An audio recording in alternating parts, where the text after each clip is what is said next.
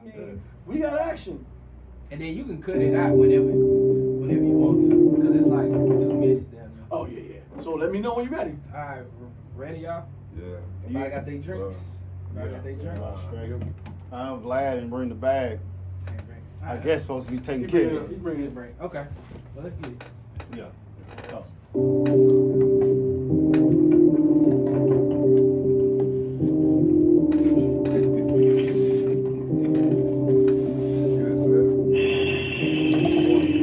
Yes, Lord. Yes, Lord.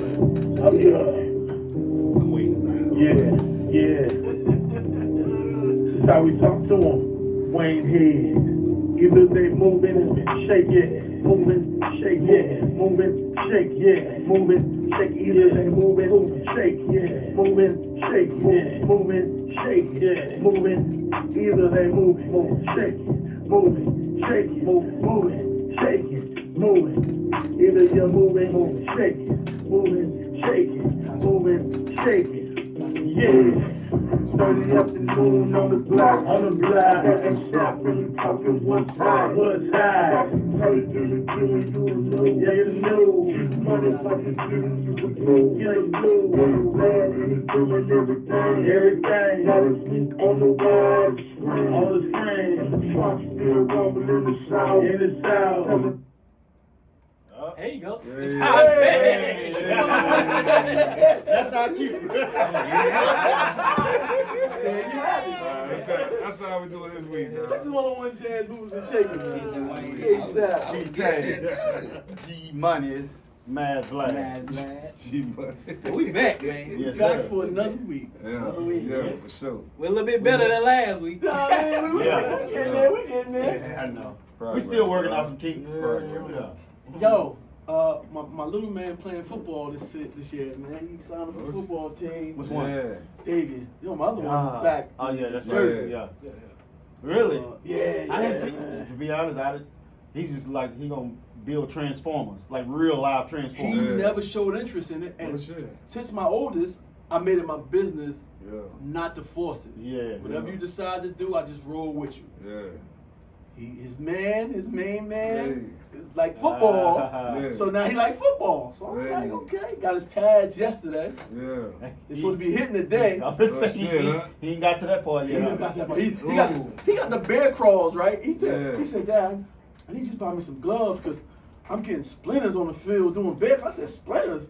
Where the hell you doing bear crawls at? No, I'm on the field, but I'm getting splinters in my hand. Yeah, He said, my poor baby don't know nothing about football. He don't know what the hell going on. Splinters in his hand on the football field. But he You tried. getting that, dog? Yeah. Hey, Hey, man. hey. I'm rolling with him. If he's rolling, it. I'm rolling with him. That's good though. Keep it He headed, look like he man. fast as hell too though. Yeah, he fast as shit. They got playing receiver. Especially when you don't want to get hit. Yeah. He look like he's fast as hell. Yeah, They they got get playing popped that receiver. first time. That would be a whole other deal, man. Well, let's ask our special guest over Right, here. right. Do you got any kids playing these sports? Our special guest, who got in the building today? Sir. My name is my name. No. Yeah, like that. Oh, I gotta get my motherfucking sound effects on. Hold up. Yeah, bro. Oh, man, Mark Byrd, man. Yes, sir. Yeah, I don't know how to talk about myself. That's always been hard for me to do. Yeah. Producer, songwriter. I've done some cool stuff. That's Ain't being mild. we'll get into it. I guess. Yeah. Oh, we gonna talk about you. Don't worry about it. Yeah, I've always just had a hard time talking about myself. You know what? We usually start the interview one way, but I gotta say something first. Okay. As I take a sip off of G Money. Like he said, world renowned. Work with the best of the best. We had the pleasure to meet this brother yeah. at one of our favorite artists' listening parties. Okay. Yeah. Boy. And I single-handedly witnessed him take a song, No, you wasn't by yourself. go upstairs. Well, we triple-handedly. Yeah. He took a We song. saw it. Took a song in its That rawest was form. a song that was dope. That was hard.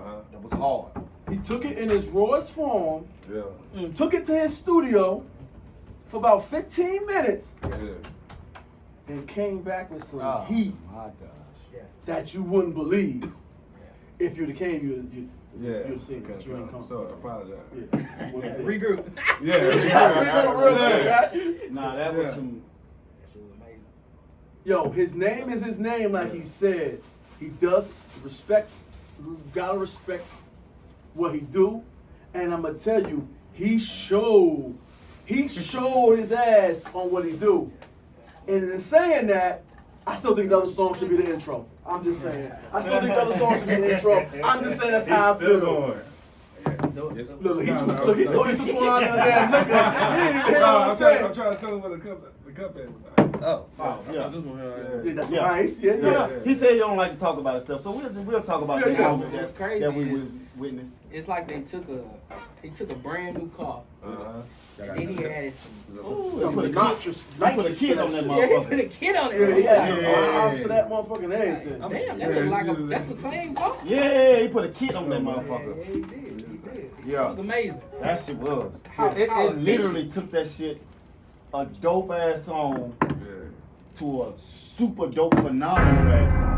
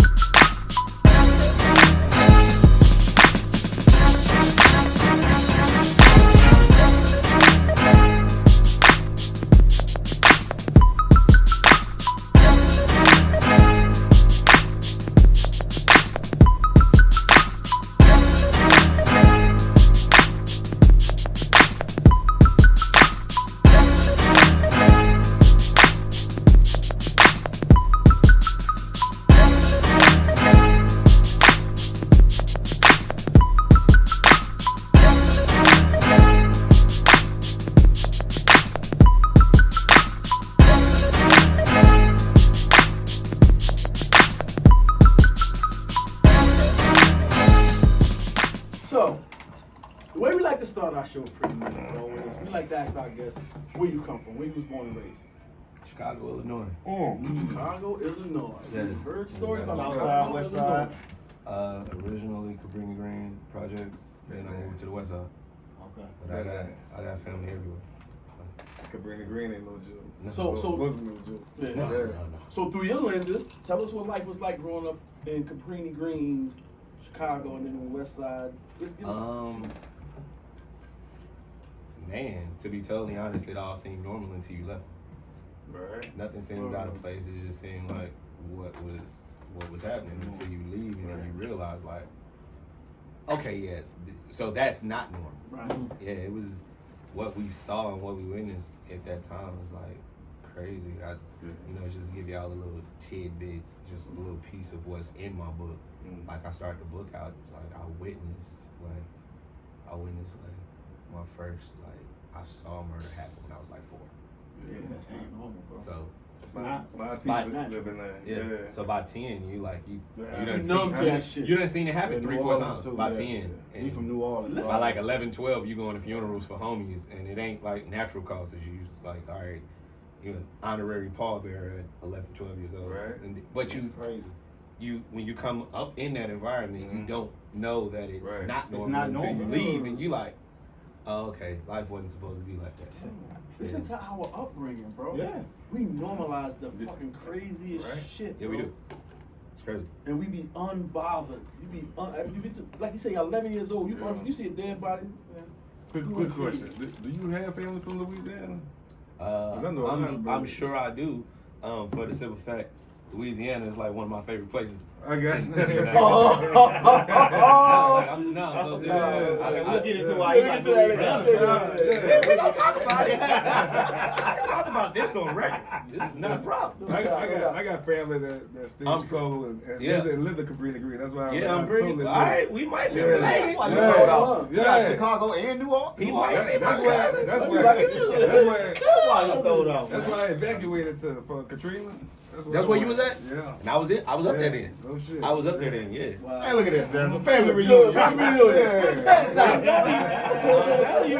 Because it's like in the project, she like to keep it real, like everybody's somewhat related. Mm-hmm. Like No so, doubt. like how Cabrini Green was split. If you really know about it, it's split into pretty much two sections. Like the Gangsta Disciples gotta have, Vice Lords got a section. You know what I'm saying? My old man was on the Vice Lord half, but the rest of my family was the Gangsta Disciple half. Yeah. So it's like everybody was my family, so I was No cool. doubt, no doubt. I had the best of both worlds. I was straight. So how was your upbringing? Was it a single family household? You had both? Yeah, nah, just my mom. Just Just your my mom? mom. She was a superhero. Oh, mama love, man. Shout out. Yeah, Yeah, she's she's mama a love. superhero. Shout out, You know mom. what I'm saying? So my upbringing was really cool until like 14. No, a little bit before 14, it just started getting a little rocky. Right. And my mom was like, "Hey, you gotta go." It was getting too out of hand. Yeah, I was sure. Oh, you were getting too Yeah, out I of was hand. sure. Oh, okay. It was Okay. Siblings. Was it the sister. Sister. Younger sister. Yeah. was it the environment that you was basically becoming? Yeah, I mean, like, you know, whether people want to, like, it's a lot of people that don't understand gang culture. It's like, if you're not from it, of course you're not going to understand it. Gang culture is just like like when I come down here and I see that people hang out by their neighborhoods.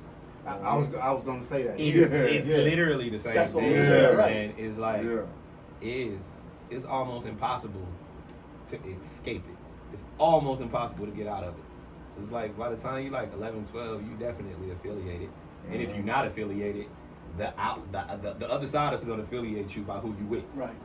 Right. So you So might as well. you're affiliated. You know what's crazy? So it starts early. Like we've been doing like Chicago. I be entrenched in y'all Yeah. in that whole demographic, right? Yo, y'all, they all go to the same store. They all go to the same schools. They're around each other constantly, but they're arch enemies. Because for one, it don't start that way. For instance, like I was just telling you how it's broken up. Right. So on our side, we had a store that, all right, this store is for the GDs. On the other side, this store is for the Vice Lords. If you come from the GD buildings, you know you're not about to go to the Vice Lord store and vice versa. Gotcha. And then there was one store that was just like, all right, if we see each other here, it's, you know, no, you got to give a pass for certain things. You know what I'm saying? Like, but then what happens is, and this is the stuff that this is like getting deeper into the story when they start to tear down the neighborhoods. So we have a structure. Like I'm showing you the structure. We know we're not supposed to cross over there. You know you're not supposed to go over here. You know this building is for this crew. So when you tear down the boundaries and then you put people, like, all right, I might be a Vice Lord, and then you gonna put me in the house living next door to a GD, and then it's a BD across the street, and then the Blackstones is on the on the back block. We all right here. We have no choice at that point. Right. So that's how the violence got crazy. To what y'all start to see in the news. But the wildest thing about it is what y'all was seeing in the news was nowhere near what it was when I was growing up. Gee, we talking like the 90s? Yeah. Bro, we talking like 900 to 1,000 murders a year, G. Right. The numbers were double. The numbers were double what is being publicized now. Facts. By design too, it sound like. What they said was when OG got knocked. What's his name? Larry who? Larry Hoover. How Ford. Hoover had it. It was like, you know, if y'all from the South, y'all know you cut the head off a snake, the body does whatever it does. Right. That's all they did. Not only to just the gangs in Chicago, they did that to every gang everywhere. They took the leaders out. And it's like when you think about the other thing that people don't know about gangs is hierarchy. So, you know, there's things that's passed down. So if you take all the high-ranking lieutenants out and you just leave the foot soldiers and nobody was ever trained to step up, you just got a bunch of soldiers. All the soldiers know to do is fight and defend. That's it. Right. That's it. No direction. Fight and defend. So what do you think is going to happen? Right. And then you put them all in the same 8-block radius. Now let me ask you. Right. Do you the fault wilderness right do now. you fault OG for that, for not having No. Cause in being in that, you gotta know what comes with that. But see, the thing is, you can't fault OG for that because it's like if he had 30 people that he trained and they took all 30 of them into Rico. Facts. Damn. Facts. Yeah. They took all the big dogs. They took Yeah, they took everybody. They took the big dogs. Took Right. everybody. Left the kids on the street pretty That's much. it. Yeah. That's it. Even more messed up. Facts. Facts. No, that's real. And that's shit. really So what y'all are seeing now is just the result of that. Right. It was all planned that way. It's not a coincidence that once they tore the projects down, Yeah. they moved the OG, they got the OGs out, Yeah. tore the projects down, put everybody in an 8-block radius. Yeah. Do what y'all gonna do. We ain't even gotta touch that. That's exactly what's going on in the world. And then on top of that, because of that land and what they did, they made it so easy for all of these bigger companies to come in, sweep in, buy the land up. Now the value, I noticed it because like when I say my folks was in Cabrini Green, my folks was there until they tore down the last building. Like I remember being over there. This is like 2007, 2008. I was still going over there hanging out. I remember being over there, going into like one of the rooms that we used to be in when we were kids, B.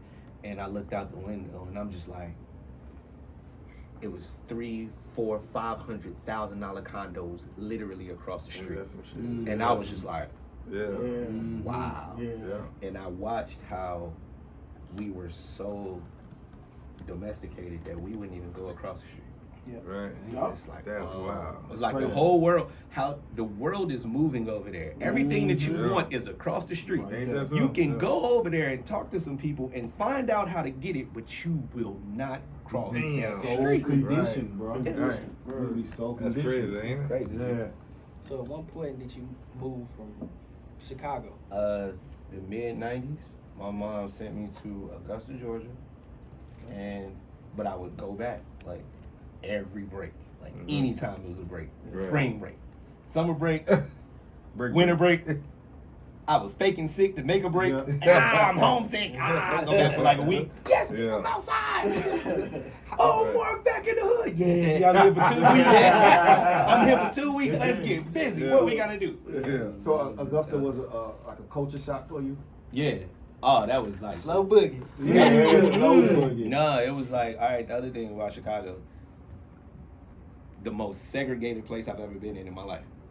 Augusta? No, Chicago. That's why I'm looking at you like, No, yo. nobody mixes and mingles in Chicago. No.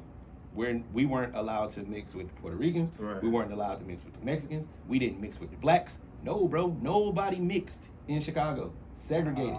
So like when And that's my bad. I didn't mean to cut you off. No. And that's on top of the we gang don't fuck. Yeah. Right. Yeah, we don't fuck with Yeah. each other either.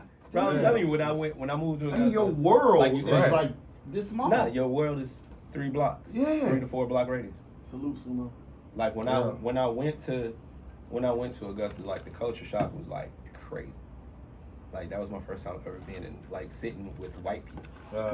I was like, Damn. what the fuck Fuck is is this? that? Yeah. What's going on here? Nah, it was crazy. And then where I lived at in Augusta, like the complex that I stayed in was literally next door to the Masters golf course. Damn. Like golf balls and flowers. So you can imagine how clean and prestigious this place was. And I'm coming from like the gutter of gutters. Right. I remember coming outside like my first day.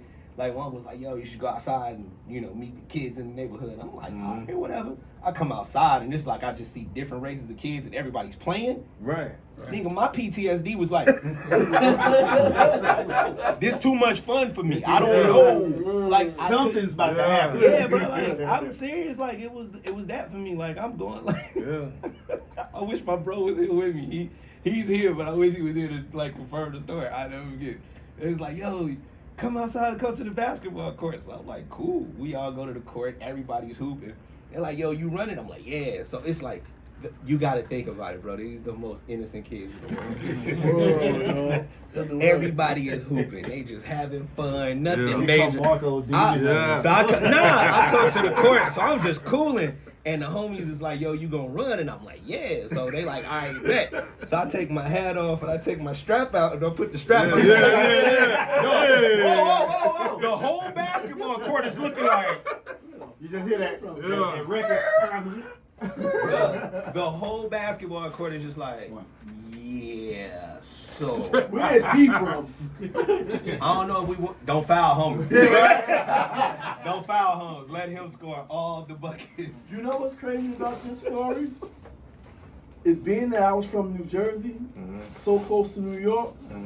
Whenever I went down south in the 90s, bro, It was that. they had to, all they did is tell their cousins or their friends, I'm from where I'm from. Yeah. I got so much fucking love. Yeah. Being that I was Bro, from where I no was doubt. from. the pass that I got. Yeah. Bruh, I'm telling you, bro. Yeah. Like, it was so crazy. Like, you gotta be careful. Yeah. Them niggas over there is crazy. They crazy. I run into them niggas. They like, where you from? Chicago. Yeah. Oh. Yeah. But you know Cool. what? You know what, though? I'm Jason. Like, Yeah, fool. Chicago, to me, Chicago is like another New Orleans, but just it's up north and bigger. Yeah. You know? Yeah, no. Like you have dog, too. you know a lot of you know Chicagoans or whatever. They Chicagoans. yeah, like that. Chicagoans. Nah, that's but it's like that's what we call it. a southern flavor up there. Like even my cousins that's born and raised, you know, in Chicago. Your people from you know Louisiana, Mississippi, you know, you listen Arkansas. to them talk. That's like, where you swear to God, that's they where from all of down our south, people. you That's know? where all of our people come from. Like my Average folks, chicken. like my Yeah. folks is from Arkansas. Okay. So I got Arkansas, Mississippi, and I have a bunch of people here. Yeah. So it's just like, yeah, we all of us really have Southern roots. If you really, I'm gonna say a lot of us yeah, up us, north. yeah. A lot of the roots are. I'm a nasty man on the show. I need to know how you when you first seen them Saucy Sam. them Georgia peaches. Cornbread It was weird. How the transition, like, because you got Weird in a good way. No, I'm gonna get to it. Like, coming from the background that I came from, it was like for a long time, everything about me, I was just on guard. I wasn't really. Understandable. Yeah. Nah. He was looking at that direction. What was crazy is like the first girls that really started to kick it was the white girls, Okay. and I was just like, interesting. Yeah. But No, they, you know, interesting. it's So always then, getting to. Yeah. It was like I would just notice the thing about Augusta though, it was a melting pot because it's a military base there, so it was people from everywhere. So when I went to school, it was like it took me a minute to meet girls from Georgia. I would meet girls from like New York, Jersey. I'm like, oh, okay, cool. Yeah. So then like once I started meeting like girls from Georgia, and then it's like, I was still, doing what it was that I was. So we had a little status so we could move around. Then we started going places, and it's like, wait a minute. Mm-hmm. Wait. These women are different. Yes, sir. She They're built a little different. different. Oh my God. How old are you? You're my age. Exactly. With the auntie body. The auntie body, man. The fine antibody too. Yeah. Yeah, That's so funny, man. I was like, let's get to it.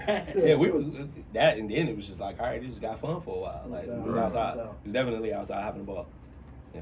So when was the music indoctrinated? Like when did that start? When did the love for that start? It was always there. Okay. Like literally, like no exaggeration. Like being in Caribbean Green, trying to come outside and break dance on cardboard. Okay. It was that. Okay. My uncle was like my first superhero. He was a producer. No doubt. And so I remember like how it really, the transition happened was like after we moved out of Cabrini Green, we moved in with my grandma.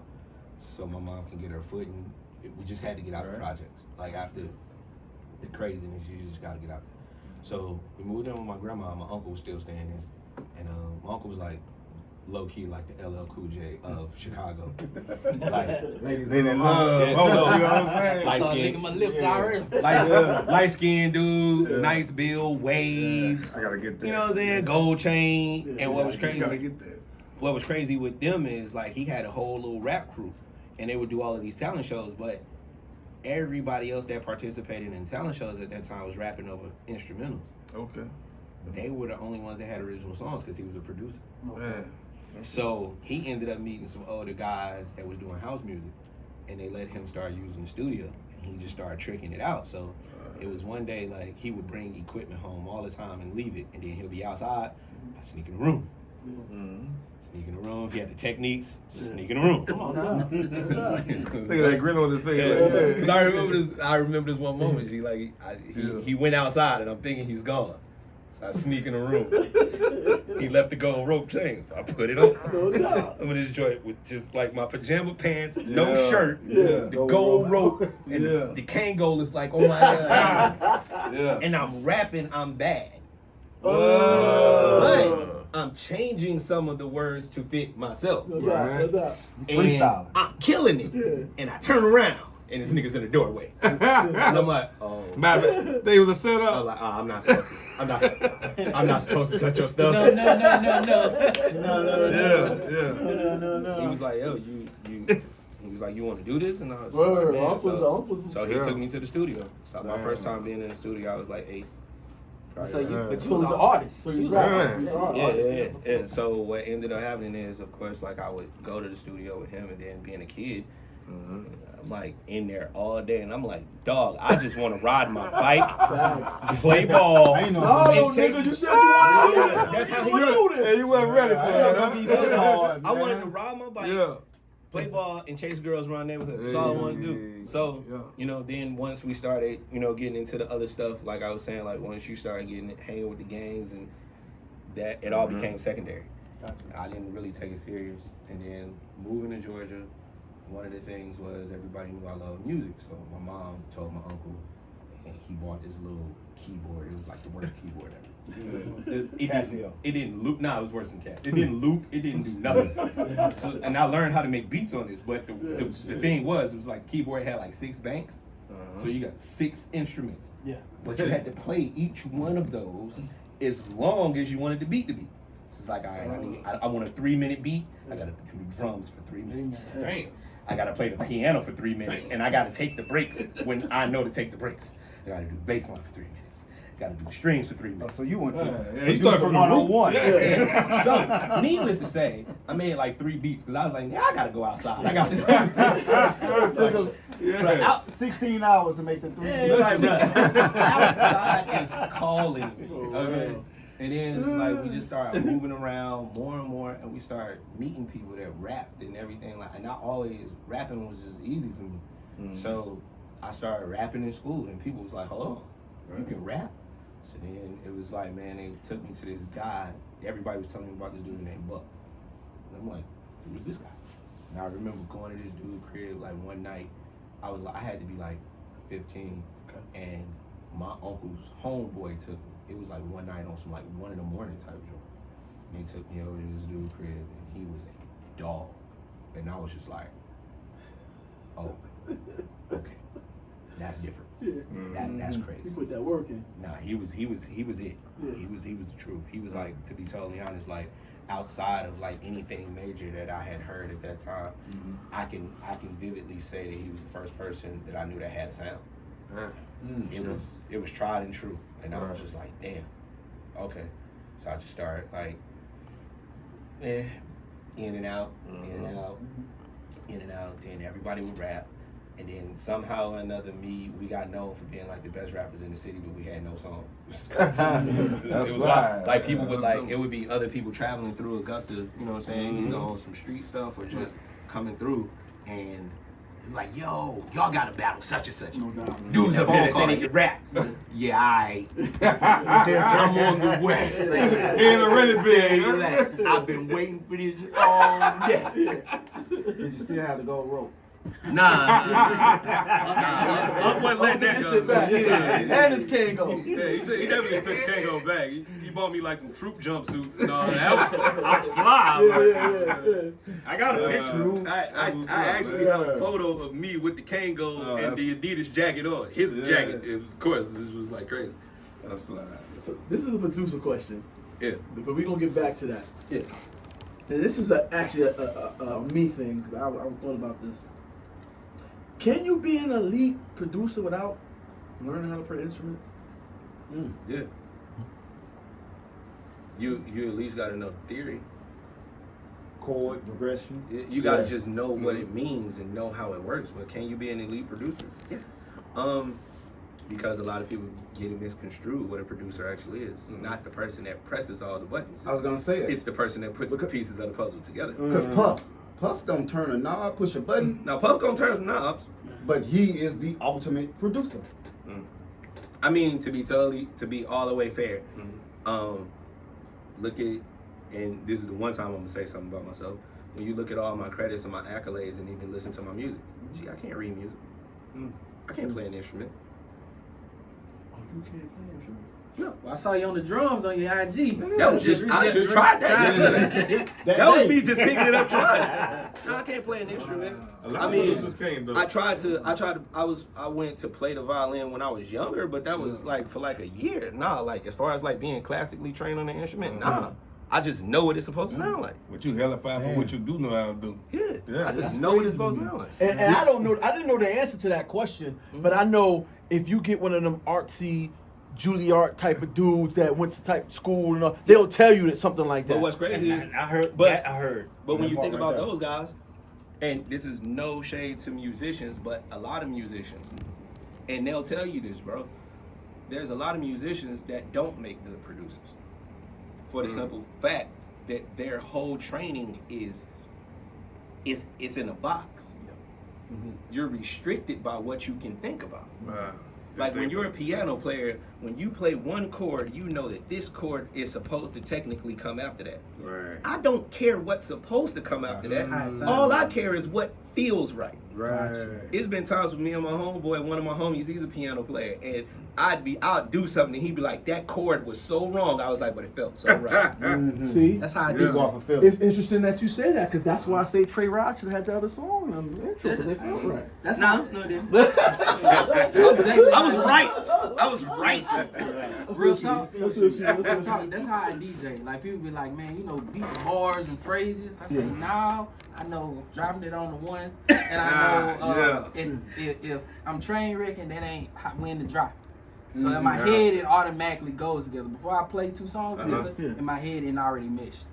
So I just You know what? I Do it. always Oh, it wondered sounds that though. good. Like, you know, if sounds it's good. different, you know, from person to person, if it's different or, you know. James Brown. It was James Brown said, always bring it back to the one.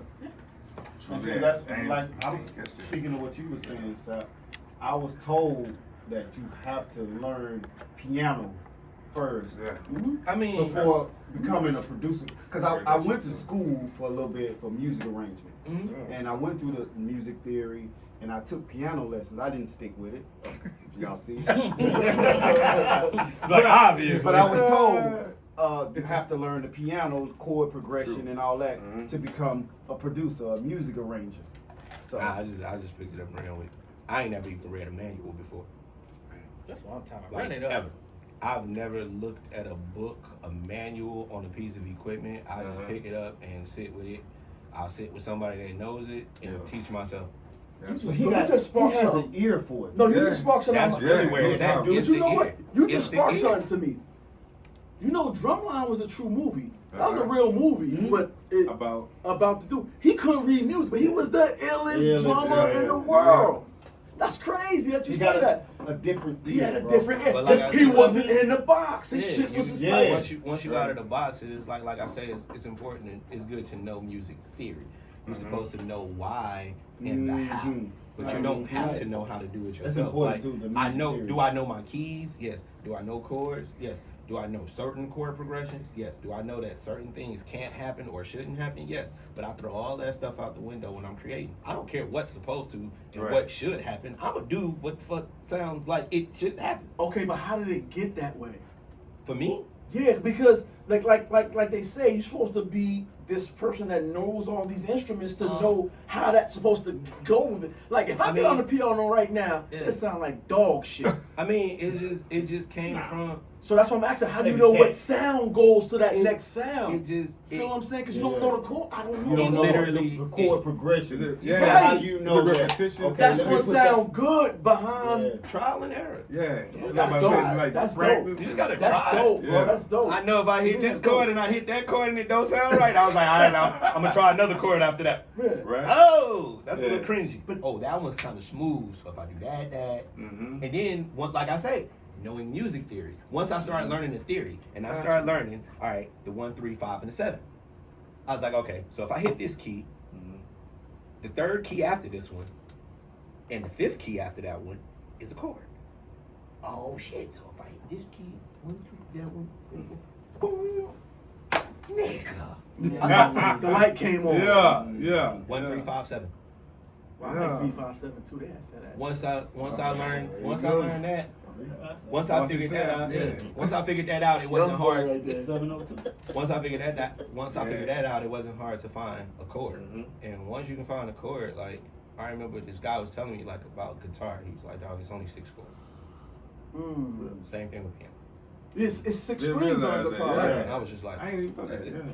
He was like, "This is all about how you arrange them." It's all about how you fucking arrange that And shit. Yeah. like being a producer, the one thing I will tell people though, like the gift of producing is the ear. That's something you can't train. That's something you just gotta have.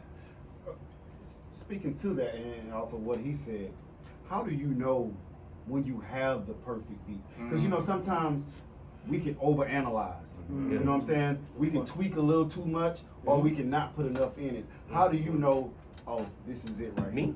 here. I gotta feel it. It's something I can't explain. I just feel Bro, it. he I just showed us know. that, bro. He showed us that the answer He to that showed us question. his Because ears in our amazing. ears, that shit was perfect the way it was. It We was loving That's that what I fucking said. song. That was a dope But- ass song. But already. when he took that shit upstairs and brought it back down, it was a whole nother Yeah. fucking song. So let me ask you this: you were part of a group for a while, the Freshmen. Yeah. How did that come about? Oh man, that was funny. Let's hear I had a job. Working the job. My partner Matt. And me and him was working together. Out there in the store. Always believe I'm in gonna myself. say this because I maybe a little too much at times. So Making me laugh. I didn't know what I was about to say. So Matt comes in and we talking, and I don't know how we get to the fact that we make music. And I was like, yeah. He was like, you make music? I was like, yeah. So what'd you do? I was like, producing, make beats. He was like, yeah, word, me too. I was like, yeah, I'm better than Kanye West. Oh yeah. And from the same time. Confidence And earlier. from the same time. Max said, he looked at me like, oh, okay.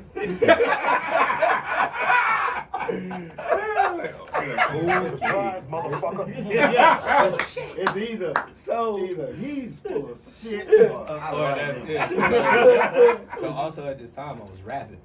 So Okay. me, my cousin and my man Gene, we was looking for a studio for me to be part of, like somewhere for me to record at. And we bounced around Chicago. And nobody just had the sound. So Matt was like, yo, we building the studio.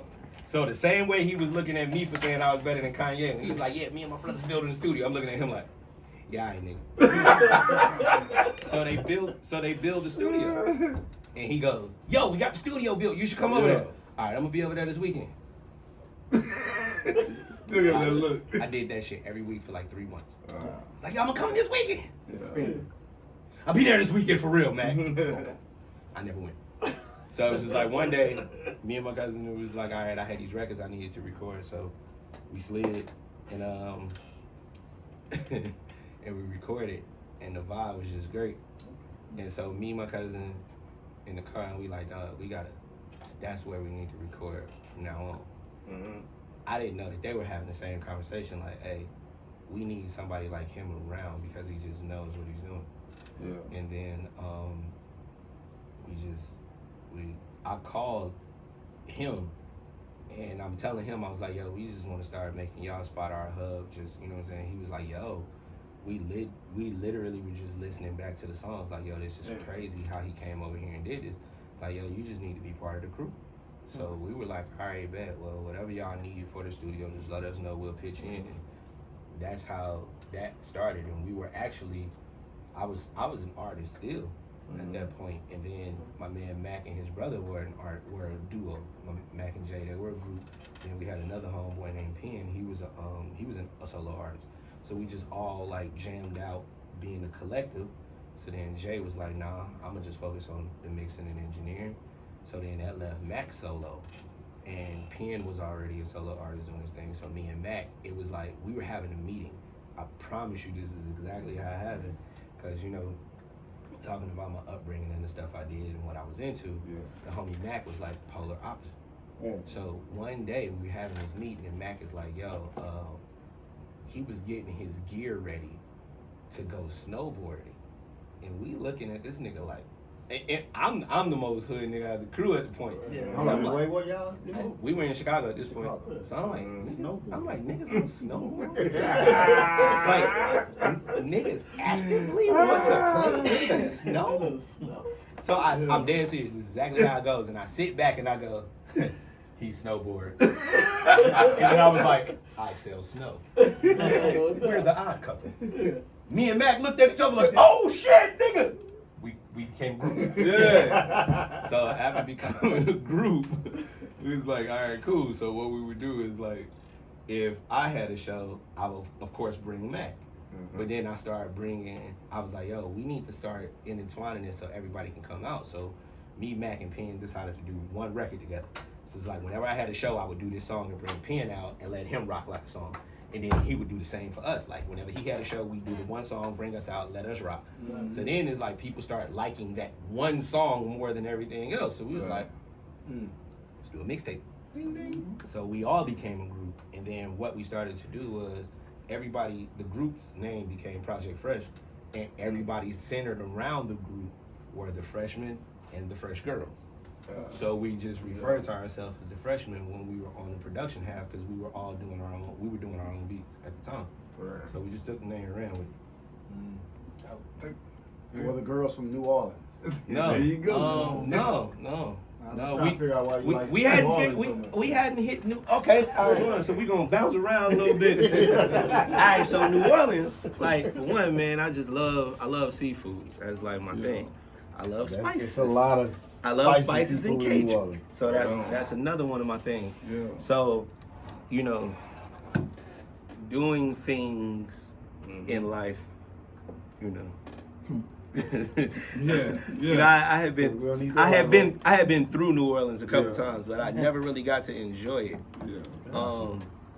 Being on tour, I remember this shit. We was on tour, Saha and Crit tour, and we go to New Orleans.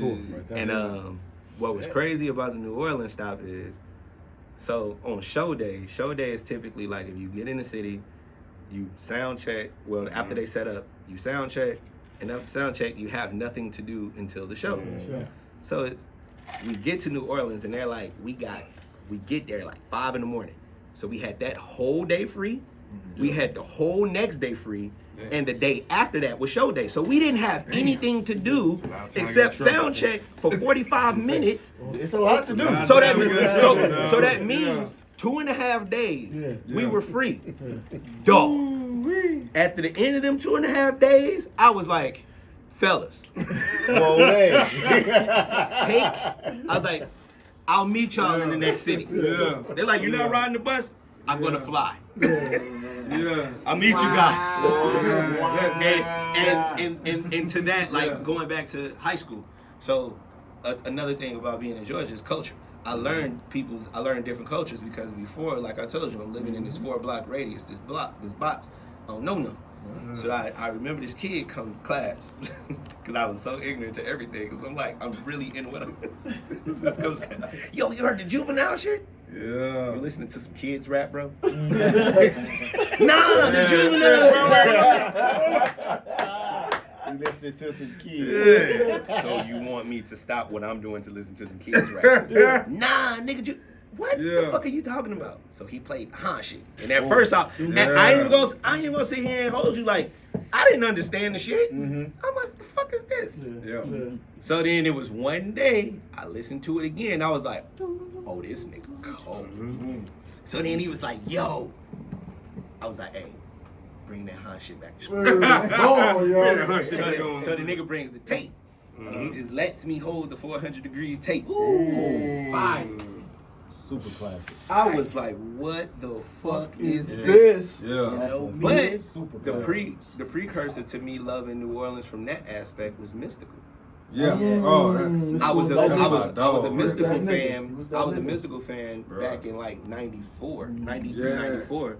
And then I remember getting the Ice Cream Man tape. And I remember like the Bout It shit. So like when I heard the Juvenile shit, I started putting like the dialect together. And I was like, oh shit. For sure. So I'm like, okay, so once I heard 400 Degrees, and I heard that shit that Manny Fresh was doing, I was like, dog. I'm not doing this right. These niggas is crazy. That brought the city to a whole nother level. Listen, you know what I'm man, saying? Manny Fresh is probably the most underrated producer. Yeah. Coolest shit He doing is. that, man. He is. Humble and I was gonna ask you. We don't talk about Fresh the way we should talk Nah, about nah. him. When he did that shit with Scott Storch on the verses, Yeah, I bro, like people that. weren't giving him the respect he deserved, Yeah. bro. Yeah. Like he I made don't feel this like that was an even match. Yeah, me It neither. wasn't. It Me wasn't. neither. We shouldn't have had him against Scott Scott. Storch. Yeah. Nah. Yeah, I don't think so either. They I wanna two go- different. Nah, it's just two different producers, but Yeah, the that way shit- the that way shit that Fresh always has moved is different from Yeah. Scott. You know what I'm saying? He hell of a I'll go DJ back to, too. Man. when he was saying in the box. Mhm. I saw you made a statement about you switched from being an artist to a straight producer because you felt like being an artist, you were kind of in the box, you would hit a ceiling. Do you still feel that way? And if not, when did you feel like that changed?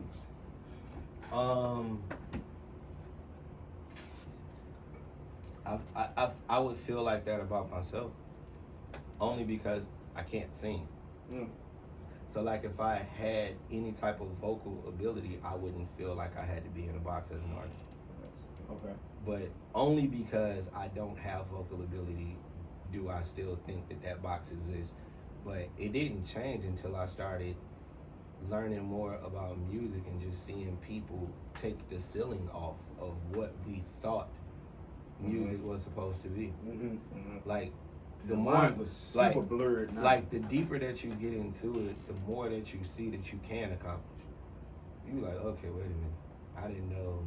So we start with the whole rappity rap. You're supposed to write all your raps. You got to be the best rapper in the world, and then you learn how to. Okay, what is a bar? Yeah. What's a verse? 16 bars. Yeah. What's a chorus? Yeah. Okay, so I rap a chorus. You learn the structure. And then you learn, oh, we can get to a whole different demographic if we put a singer on the chorus. Right. Right. So it's constantly being unlocked for you the possibilities of what you can do. Yeah. So now you're like, oh, okay, now we can learn how to do that. Okay, so now we learning, and then you hear Kanye West, and it just changes everything that you thought that you knew. The soul comes back, and not only does so when the soul came back with Ye, we were like championing because I mean at the core of hip hop, this is who we are, and it never really left, but the way that he did it sounded current. So it's just like, okay, this is great, and then you hear the soul mixed with like the synthesizers, and you're like, wait a fucking minute. Yeah. And now, like, the expansion of it all. Now you're like, because for me, I was blessed to get the one advantage to being in Chicago. I got everything at the same time. Like, everything at the same time. So, like, I talk to people from here, and it's like most of my Houston folks, they like, look, we ain't have to listen to nothing else because we had Screw. And we had our own stars here. When you talk to the folks from the East Coast, it's like, nigga, we got Nas, we got Hov, we got this. The West Coast always had their thing. Right. So being from the Midwest, bro, imagine being, and this is no exaggeration, like if I'm going to basketball practice in 8th grade, dog, I would have the Tikal tape. Nigga, I had a South Circle tape. Yes, South Circle. Yes. I had an 8-ball and MJG tape. I had a Crime Boss tape. Man, bro. I had a Twister tape. Right in the middle. I had the Murder Was the Death soundtrack. Murder Was the Case soundtrack. Yeah. I had the Above the Rim soundtrack. Ooh, that's my You shit. on point, right I had Nas. Yeah. I had Nas. I had the Purple tape. Right? So I'm getting all of this at the same time. That's like a brain fucking fart. So when everybody else is getting just their region, I'm getting everything. Right. So I'm like, oh. Then you hear thuggish, ruggish bone, and you're like, what the fuck? Yeah, is that that? Ohio yeah, shit. yeah. That Yeah. Cleveland shit. Like, oh, these niggas is singing. Yeah. Oh, this is great. Yeah. And that shit sounds amazing. Man, I So- fell in love with that so shit. then it's Like like, we used to be on the corner. So then- with the radio with that blast. as a kid, you emulate everything that you hear. So Yeah. there was a point in time where I rapped like LL. There was a point in time where I rapped like Twister. There was a point in time where I tried to have harmony like Bone. There was a point in time where I rapped 3 to 4 syllables in every bar on some G-rap shit. Like, yes, bro, like we were doing all of that at the same time. So it's just like, at some point you're gonna find you in it. And so that was like my advantage, was getting everything at the same time. So like when I came here, I was like, I remember telling people, I was like, dog, y'all, I've been a Crime Boss fan in South Circle, Right. Big Mike and all of this. Big Like, Mike. come on, man. Come I've been on, on man. that. I That's my can't dog talk right about Big there, Mike. They dog. Big That's Mike. when my first Yeah. scene was Big I Mike. I remember- love Big Mike. I remember the 25 Lighters Yeah. video. Yeah. Like, we in high school singing this. No So like shit. we were Yeah. already on Houston culture, like as I would say 14 you and 15 gotta- year olds. If you mention Big Mike, Yeah. I know you was. Bro, we Man. was on everything at the same time. My mom and his We- mom was best friends. Yeah. We That loved was everything my at the dog. same time. And then coming from Chicago, being in that super soulful place. Yeah. And then on top of that, like one of my other uncles, he was like the most eclectic person in the world. So I'd go hang out with my cousin, Yeah. and he'd be in the basement, and he was like an artist, like a for real artist, Yeah. like super cold. He'd be in the basement just doing his 1-2, and you'll go down in the basement just to talk to Uncle Mike, and he's like, Right. what you listening to? Uh-huh. Oh, this is Styx. Oh, this is Sting and the shit. Police. Yeah. This is Aerosmith. This is Phil Collins. I think that was an advantage too, though. Like you have a uncle Yeah, on so- that level. so he put That's Yeah. why he said I was his hero. He said, Yeah. So, no, not him, my other uncle. Oh, the other So one. he was putting me onto a whole Damn, different two genre. of them, yeah, both Yeah. Wait, Yeah, one so- that had you in the Yeah. studio for Not- 6 I- hours. It was like this, I had 3 uncles. I had one that had me in the studio forever. I had the eclectic uncle that was painting and listening to rock and all kind of other stuff. And I had Yeah. an uncle. This nigga was a gangster. in the street. Yeah. So came all 3 of them inadvertently. That's dope. That's fire as shit. I can Yeah. draw. I can rap. I can produce. Yeah. I was a pretty good street nigga when I was a street nigga. Can you dance? Oh, Yeah. shit. He said the cardboard, dog. You don't know about the I want cardboard. to touch on something you said about Kanye. Now you gotta ended up getting a placement with Kanye on Yeah. The Life of Pablo. Yeah. Now I read somewhere on your socials that when that happened, you was going through a fucked up part of life. Ha! Fucked up is an understatement. So can you touch on that a little bit? It was really bad. Listen. Yeah, it was good, Jeff. Alright. So the story. Alright, man. This is probably the first time I actually verbally told the story. That's why we Yeah, did. Like, it was a It's shit. exclusive. It's a crazy story. Man. I'm trying to figure out how to start this story. Fuck it. Let's just go back to how me and Saha linked, because that's really the start of the story. So we eventually moved from Chicago to Atlanta. Right. And we like, all right, let's figure this shit out. But before we even left Chicago, we was on Twitter heavy, and we was just finding all the rappers on Twitter. And what we would do is we were smart. We was like, rap niggas be up all night. Yeah. We not There you go. even gonna get on Twitter to midnight. There you go. Yeah. So we get on Twitter at midnight because everybody else is sleeping, but niggas is doing music. Damn, y'all smart. Nigga, we was supposed to be sleeping. We had jobs, dude. Niggas still had jobs. We was like, fuck it, we gonna be up. So we just started randomly tweeting people. Yeah. And I guess niggas looked at us like, well, if y'all niggas up, y'all gotta be doing music too. So they would reply Right. back. Right. So we get Saha's email. That's And we just right. started sending beats. That's smart, dog. And we kept sending beats. Oh, shit. And then he would hit back like, yo, change this. Cool. Send it back. Ah, but it's dope that he responded. Yeah, he would respond Yeah. back. So all of this, and then we end up in so we in Atlanta, and we switch our management at the time, and then after that we go into one of my homies was actually working with Saha, and I was like, yo, introduce me to the nigga because I be sending them beats and shit. Yeah. So in switching managers, it was a crazy story because it was a girl that she was like the manager that we switched to. She was like his understudy, and me and her were just friends. So she would always ask, because they knew our old manager, and I'm leaving out certain things for certain reasons. So she would always ask, like, yo, what's up with y'all gonna do? And I would always be like, we good. Cause, you know, I'm raised with that cloth, like, my family business is my family business. No doubt. I'm not gonna ever tell you if me and one of my homies is off. Right. You don't need to know that. No. Right. So I would always, she would ask me this for like, this went on for like a year. And we talked often. She's like, so what's up with y'all? We straight. So it was like one day, I was in New York, and she's in New York, and she pulled up, and we was walking and talking. She was like, so what's up with you gonna do? And I was like, listen, bro, I know why you're asking me. Yeah. If you be honest with me, maybe I'll be honest with you. There you go. So she became completely transparent, and I was like, thank you. Right. Now I can tell you that things were not the best terms. Right. So we go meet this other guy, and the first meeting was great. He's just like, yeah, I definitely can do something with y'all's branding. So we like, cool. So we getting ready to leave, and he's like, yo, y'all should stay here. So what's up? Saha's on the way here. He was managing Saha at the same time. Shit. It's like, oh great. So we stay, we meet him. He like, oh, I got records to y'all joints. And we like, Wow. well, nigga, can we hear them? So we vibe out. He played his joints, and then we set up a listening session. So we do the listening session, and we just like start vibing. So at this point, he's working on an album with, he was signed to Def Jam still. So he's working. I get the phone call from the homies, and they like, yo, nigga working on an album for Def Jam. So I was like, all right, cool. I'm gonna pull up to the studio. And at this point, he had, I think we had the intro. And I was like, I've always wanted an intro. So I was like, all right, cool, I'm cool with this. But also, with this being said, like, coming from a hustling background, it's like, man, you just know how to do certain things. You know how to move a shake. So, one thing that I knew, was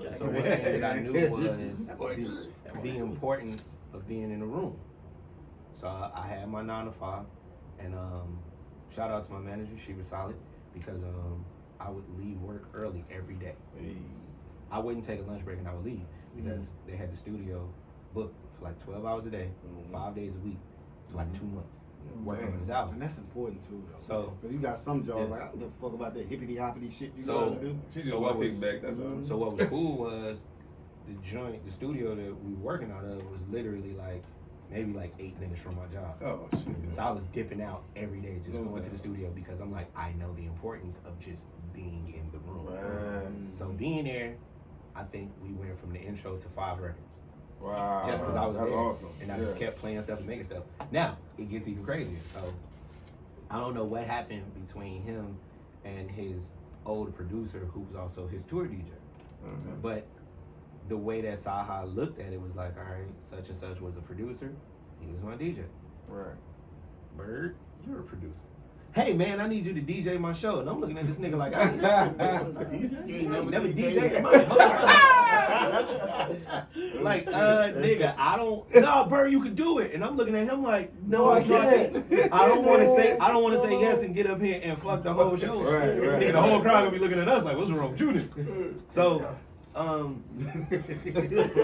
he like, no, you can take it. So that's how I'm looking at him. And he's like, we're going back and forth about this. So, and one of the homies is like, no, we got the whole show set. It's already lined up in Ableton. And I'm looking at these niggas like, I've never used this.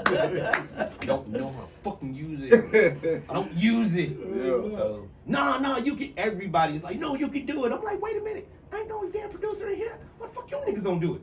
Right. So I go lock myself in the room and I learn show cues. And I'm like, hey, let's do like a quick 10-minute practice to make sure I got this. He like, all right, cool. So we come in, boom, boom, boom. Yeah. We do it. And he's like, all right, go give such and such your info. My info? What the fuck you mean? Nigga, like you say you got a show, bitch. It ain't down the street. He like, nah, nigga, it's in Utah. Damn. The fuck? All right, man, whatever. So I go get him my info. They book my shit for Utah, and I'm like, Utah shit I'm for going Utah. to fucking Utah. So at this point, I'm working for Tivana in their corporate office. And I don't know how the fuck I was able to slide out of that. I was working in corporate America. I was just leaving that bitch like, I don't care. Yeah. So, man, they come in, we get bought out by Starbucks. Damn, okay. So Starbucks comes through and like, look. I remember this shit. They called it like what we call a town hall meeting. So everybody from Tivana, we had to go sit. Like the crazy thing is, as big as Tivana was, the whole entire corporate office, bro, it may have been 50 of us that ran that whole company. Damn. So Shit. Yeah. we go into the corporate, we go into the little town hall. I swear to God, they was like, yeah. So we got bought out by Starbucks. Today is going to be the last day for some of you. Some of you will be leaving in 2 weeks, and some of you will be able to stay through June. Wow. Go holler at your supervisor; they'll let you know what's going on. That's fucked. Dog, you go back to Damn. everybody is on pins and needles. So we I had walking one back. before, too. Dog, we walking back through the office, and I'm looking, and there's people crying because they had been there since the beginning, and they had to leave crazy. today. So they extended That's my crazy. people, my whole squad out. They extended us out to like what they give us like June. So no, July. So at that they go. Now, my thought process behind all of this is, at this point, we had already had records from Twister, we had Jeremiah, we had Cassie, we had the Cool Kids, we had Travis Porter, we had Raekwon, we had all of these records under our belt, and this is all while having a 9 to 5. Wow. So I always told myself, I was like, dog, what could I do if I just had 6 months to just dedicate to nothing but music? That's wild. Yeah. So, as I've always been thinking this, and then they come in and they go, well, look, the rest of y'all can move to Seattle and stay with Starbucks, and we're gonna pay for y'all move and pay for all y'all shit. We'll give y'all salary, or you can take this nice package. I'm like, nigga, that on my 6 months. Byrd man. Package for Package. two. All right. So this is when the story gets great. So they like, all right, last day of work, July 3rd. Cool. The show in Saha, July 4th. Cool. We gonna pay y'all the severance package, July 10th. Cool. Everything is just so I thought. 2015. Wait for it. Yeah. First of all, I have the most legendary birthday in the world. June 27th. Okay. That's the king. Houston holiday. Houston holiday. Yeah. One of the most legendary birthdays ever. 27. Screw that. Screw. Yeah. Man, you been here all this time. Don't worry. I'm So- gonna take you off MLK. Nah, you good. So, You good. so the day before my birthday, me and my people go to the seafood spot. Seafood. I have been waiting to try this joint forever. So I'm geeked. I'm like, seafood for my birthday. Yeah. Everything is just great. You cannot go wrong. Until we came back. And I'm like, where the fuck is my car? Damn. Wait. It's like, where did you park it? In this empty spot. Is that the seafood spot? Nah. Okay. At my crib, At your niggas crib. stole the car. Damn. West side of town. I was in Buckhead. Damn. Yeah. I'm about to say. That's a Shit. good point. Niggas took that shit. So That's where the niggas go to steal Not the car. Buckhead, Buckhead, right? Buckhead. Yeah. No, that's where niggas go to steal. Yeah. You gonna go get them niggas over there. So- right there. So nigga like, they take the car. So now I'm like, oh shit, I gotta get enough. Now I'm hurt. So I'm like, whatever. Fuck it. So Nah, I'm hurt. So I didn't get to eat the seafood because I had to call the police and do all that shit. I wasn't even. What's crazy is I wasn't even mad about the car. I was mad that I didn't get to eat the seafood. Y'all done fucked up out here. Fucked up. Wait, what spot are you talking about? I can't even remember. Okay, the shit. all It ain't right, even all open no right, yeah. more. But so after that, I ain't gonna give him no pub. I remember. Yeah, I remember. I got I you. remember calling, like, God has a way of putting people in your path Yeah. to make you shut up. We'll be Shit. complaining, and then Still on and then facts. somebody will say It's something to facts. you, and you'll be like, "I just need to shut up." Because Yeah. what am I complaining? So I married her. one of my best friends, one of my best friends is that guy. He's the most nonchalant person in the world. So this fool, I call this guy, and I'm like, "Yo," he like, "What up?" I'm like, "Nigga stole my car." He was like, nigga stole your car. So he showed the emotion, and I'm like, yeah, nigga stole my car. He's like, where they steal it from? So I'm telling him everything, and he was like, damn. And he got quiet for a minute. And he was like, well, I'm dead. This is his tone. He was like, well, you know what that means? No, like, no, nigga, no, I didn't. That nigga said, I mean, shit, God just wants you to style a little harder, my nigga. All right, I gotta go. There you have it. Wait, I did not get that from the story. But people put in your life for reasons. But the way he did it, he was like, I mean, God just wants you to style a little harder. And then he was like, yeah, nigga, I gotta go. And hung up. But I didn't hear God say that. Hey, he been had that on his mind. I didn't even get to have a rebuttal because the nigga hung up on me. So I'm like, I did not get that. So I'm like, you bitch you. So, all right. So cool. I go do my last day of work, whatever. We go to Utah, we do the show. The show is crazy. Saw how it goes, yo. You still had to go to work. Yeah. Still had to go to work. Stupid ass shit for like 2 days. The dumbest shit ever. But You had to catch the bus to work. I mean, it was down the street, so you know. I was straight. I had, you know what I'm saying? We had a backup. Nigga had to back up. You feel? So we go do the show in Utah. Saw how he hits me with the you probably should be my permanent DJ because he was like the way you hype the crowd up. Wow. I was like, yeah, nigga, because I was an artist. So I knew what to do. Full circle. I knew how to talk to the crowd. Full circle. And also I knew ad libs really well because I had to ad lib my homeboys. So I'm gonna learn your shit so I can ad lib you. Damn. So that's how we did the show. So come back. Oh, so niggas hit us with the email from work. Like, yeah, so the severance package is coming.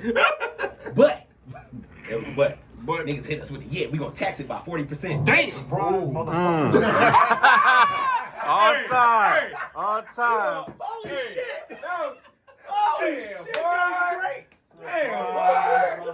Yo. Yeah. Yeah. Yo, he had his finger like this, bro. You know this story.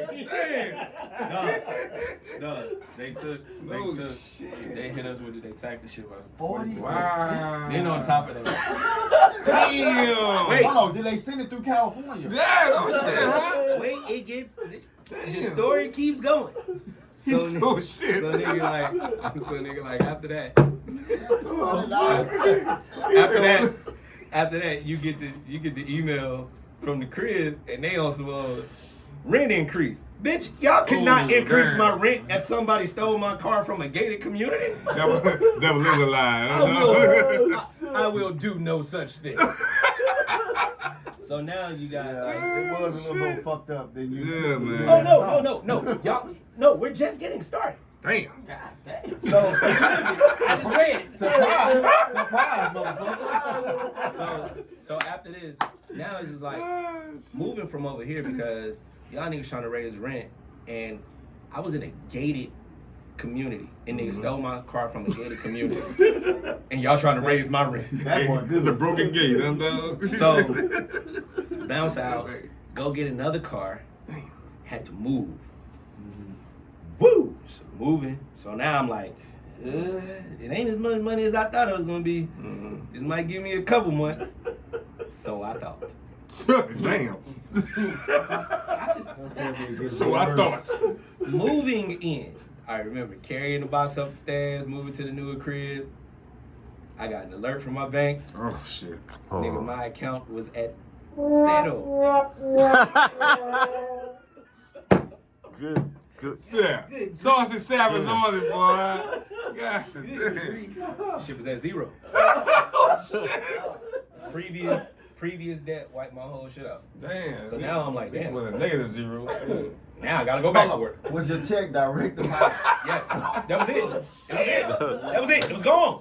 First of all, Damn. we should ask about Mark's mental health. That's what we should be concerned about. It's amazing now. It wasn't then. It was fucked up then. It's amazing. Then I was fucked. Damn. So boom, I'm like scrambling. So I take the first job that I can take. It was the worst job ever. But I just take it anyway because I'm just like, let me buy some time. It ain't no business. Back at It was Starbucks. like- it was some call center shit. It wasn't nothing. You know what I'm saying? But it was terrible. You know what I'm He saying? said And you had a child at the time. Yeah. Yeah. I was Damn, about, Wayne, you made it so serious now. Bro, when I read it, I was just like, you can't make this shit up. Man. So after this happens, Shit got real. so after Shit got real. so after that happens and shit, I take this other job. So in me taking the job, if y'all familiar with Atlanta and hip hop, the A3C Fest, the music A3C Fest. Yeah. Saha called, yo, BET is doing the main stage this year. The only headliner is Cameron, and then it's us. What? Damn. We gotta practice. Us. Yeah, me and him, because I was his DJ. Camera. It was, nigga, it was, I think they were doing like, what they were doing that year was like artists and their DJ. Okay. So nigga, it was Cam and Just Blaze. Oh, but me and shit. Saha were the openers for Cam and Just. Do your thing, boy. So Yeah. Talking about a good look. he Little like, shit, huh? exactly. So he's like, Yeah. yo, we gotta practice. And I'm like, yeah, we do. I went to my job and I was like, hey, I need a couple days off.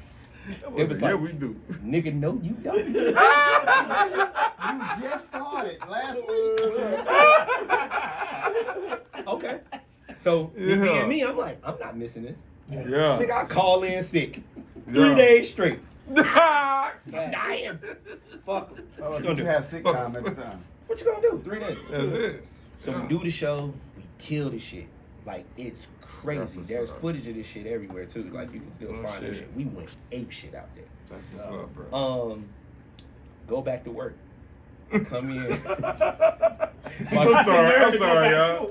Yeah, I thought I went back to work. I started laughing already, but shit. I'm a diligent nigga. But he got the nerve to go back to work. Bro, Sam. Bro. They been practicing. So, That's all. I got this my call sheet right here. That was Sam been practicing. Like ain't nothing happened. Shit. So, Oh my God. That's so I go back to work. And This is as soon hilarious. as soon as I get to work, my coworkers is like, they said they gonna fire you. He ain't even get to the meeting yet, dog. I ain't systems ain't even a go yet. I get my hands up, dog. Wait, you got put on notice. shout out to my coworker. So I'm a real nigga. I was like, they can't fire me. They can't fire me because I'm gonna quit. I've been kicked out of better places than this. So I'm Can't sitting. find niggas that quit. So I'm sitting at my desk. Sitting at my Oh, desk, shit. and I get a phone call, and of course I can't answer this shit at the desk and shit. So niggas leave a voicemail. So I go on my little 15-minute break, and niggas leave a voicemail. So I check the voicemail. Yeah. It was Google Okay. calling to offer me a job. Wow. Only do it. Set the shit up. I go take the Told shit. him this kid show. Man, I went and did one interview, and they were like, "You got it." Wow. Well, I went back to the other shit. Fire me?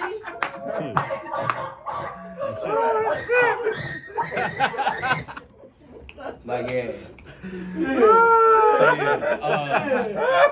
he's out there. That was good. That was Hit him with the. I don't think I can work here. Arrogant now. with the chest out. Yeah. So I go to the Google job, and my first day, and so it was me and another lady. We got hired at the same time, so we both come in at the same time. So they sit me with this guy to train me, and so me and him just talking. An older black gentleman, he was a little older than me. And this is when the story takes like the craziest turn. This is when no. I'm about to say, damn, this nigga turn No, like this is about to, motherfucker. this is the part of the story. This is the one. No So sound effect. you ready? They don't. Sam was like, Boy, Wayne on that quiet as hell. So my first day in that joint, I'm sitting with this guy. So he's just asking, small talk. So he goes, "What's your background?" And I'm like, customer service based, manager position. And he like, no. He's like, what's your background? Like What? Cabrini. No, he like, what do you? Salute Amani. So he like, what do you do?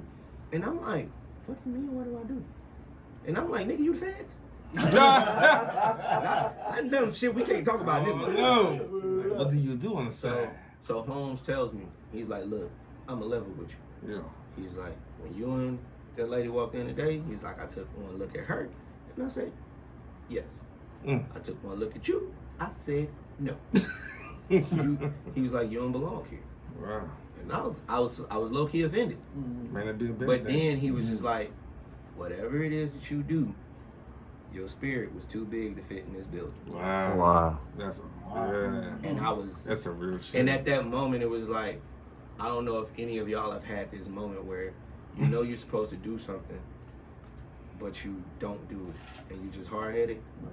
I couldn't run from it no more. That shit became the source of like me having anxiety attacks and shit because I knew he was right. So I was never more uncomfortable in my life, ever. Like that was the most uncomfortable I had ever been, ever. Still to this day, because I just knew he was right. So what was I gonna do about it? Right. So I remember, dog, I would come to work and I would just be like, first of all, the job was so plush. Like, my nigga, I can go to work in sweatpants, flip-flops, and a hoodie and listen to music for 8 hours.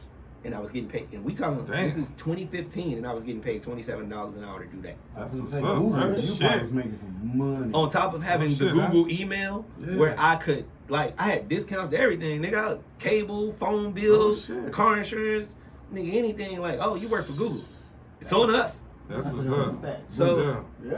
So, yeah, I had the whole mark at google.com email. I had all that shit. Yeah, my shit was visual. So, Did you put that in the That's a bio? fly shit. Yeah. nah. Not only I'm a Grammy nominated. I also work for Google. So, after that shit, after he said that, it was just like everything about the job started to irritate me. Everything. Like, walking by, scrubs, I don't got no more cheese crackers. What the fuck?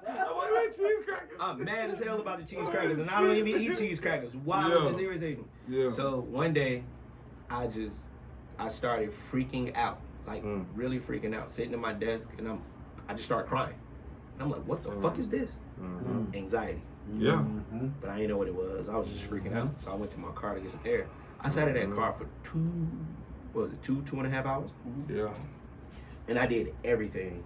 I laughed, I cried, I prayed, I talked to God, I cursed God out, I apologized for cursing God out. That's all good. I went through every single human emotion, and I heard God's voice clear. That's what's up. And I heard two Fuck things. this shit, I'm out. Wait, Fuck this shit, I'm out. Not before God talked, dog. Yeah, that was. Not before God talked, dog. The Lord gonna have a word with him. You was Going though, right? You ain't staying. Alright, Yeah. He had to talk to God. Regroup, dog. Regroup that. That's But the premise was _. that's right. Live. Because he was at that job that he didn't finish. He's doing so good. Shit, I'm out. So Regroup. after this, like I said, I heard his voice. And the voice told me, be prepared for the hardest times of your life. But see it through because it's worth it. Cool. I went in there and I thanked him for the opportunity. Yeah. And I left. And I felt great. Like I felt like a weight was lifted off of my shoulder until I got on the freeway. Wait, you left the job, right? Yeah. Fuck that shit, I'm out. What you talking about? So I'm not talking to guys. I'm talking to God. when I got on the freeway, I just started. I was like, what the fuck did I just do? Start freaking out. Yeah, I started freaking out because I'm like, nigga, I'm a father. I Yeah. got bills. Yeah. I don't know how nothing is gonna happen. Yeah, you know that. And You know that. I'm talking about everything that could have went wrong, went wrong. Yeah. I got into an argument with my folk. Yeah. I'm living in Atlanta. Yeah. My best friend had the crib in Augusta. He was like, yo, just come down here and get your head right. Right. I ended up going back to Augusta. Nobody knew. I was just down there quiet, and I would drive every day to Atlanta to do sessions, back and forth, back and forth. Yeah. So, ended up figuring out how to stay in Atlanta. You know what I'm saying? Me and my partner, we figured out a roommate situation. So I ended up staying in the A. So it was like one night, I had a session. I was tired as fuck. left my shit in the car or whatever, went in the crib. Came back out the next morning to grab my shit to work. Nigga, the car was gone. Again? Alright. This You time- saw Ubering, Mark. This time I mean, I hope you Ubered here. this time, nah, I drove it. If I get stuck out this motherfucker, I'm shooting up the parking lot. Go down and So, this time it was a repo. Like, we just keep it a buck. I ain't had no Okay. money. Right. So I called and they told me what I needed to get the car out. I was like, fuck that car. How can I get my equipment back? Yeah, It was like, well, you gotta pay this amount to get your equipment. So I went and got my shit out, scraped up that money to get my equipment out. So at this point, now I'm just about to go against everything God told me. So now I'm like, I need to find a job. Yeah. Like ASAP. Yeah. So nigga, I started putting in applications. I was doing like 5 to 10 applications every day for a month. Nothing. Nigga, I got turned down for Wendy's. Damn. Nothing. Saha texted me and gave me the dates for the shows in January. And those shows is like, we had like 4 or 5 shows. And the last date, we were gonna be in LA. And at this time, he was in LA, living in LA, working. He was helping Ye work on Pablo. So he was living in LA. Okay. So when I get the dates, it's still December. We still in 2015. So when I get the That dates, 2015 was a year for you. it was the best and worst year of my life at the same time. Jeez. So when I get the dates, I tell myself, all right, at least I got money to pay bills, take care of my kids, and do what I need to do for the next month. I'll figure it out after that. But I seen that LA date, and I was like, all right, either way, we either gonna be in the studio with Ye, or he's coming to the show. But I need to be prepared for whatever moment this is. So I'm not coming outside until I have 50 records that I'm confident in playing. Right. So that means to get the 50 that you're confident in, you probably gonna have to do 200. Like, dog, I was in there slaving. The only time I came outside was to run. Other than that, I was in the crib working, like See humping. why Unc had you in the studio sessions for 6 hours. Yeah. So, it happens exactly how I felt like it was gonna happen. I get to LA, we have a routine. At this point, I had been this DJ for 6-7 months. We know exactly what we're gonna do. And this is like during the period when Saha wasn't signed. So we're doing indie shows. We hitting the road with just me and him. Yeah. It's like times where like niggas is like, yo, North Carolina, we rent a car. Me and him dolo. Right. 2 pistols each. And we just go head up the road, do the show. I go in that joint. I was like, here, I'm Saha's manager. I'm here to collect the back end. Yeah. I get the back end. Y'all thugging it for We'll real. go bust the back end down. I'll come right back like, all right, I'm Saha's DJ. They're like, wait a minute, nigga, you Nigga, I just yeah. saw you. Yeah, but that's how we was doing it. But this also gave the camaraderie between me and Saha. So now, as we driving up the road and we working on songs, and he's like, yo, I'm trying to say this, and I throw the line out. He like, good line. And then that became like the process of working on music. We'll just ride and listen to joints. He's like, Byrd, what about this flow? I was like, yo, let's try the G-Dep flow, and let's say this. Or, yo, Byrd, I want to say this. This is the bar that I got in my head.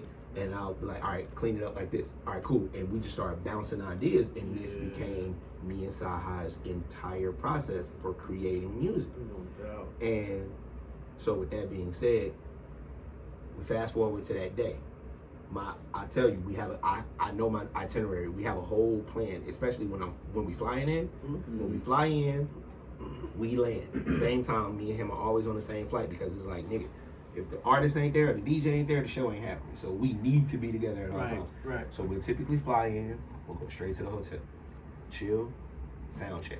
Sound check sometimes it's just me, because I started to know exactly how he wanted. Right. So he'd be like, nah, you got this one. Sound check, come back to the hotel, we chill, we go eat dinner. We always pick a dope ass little steakhouse or something. We come back, we chill, show, nail the show.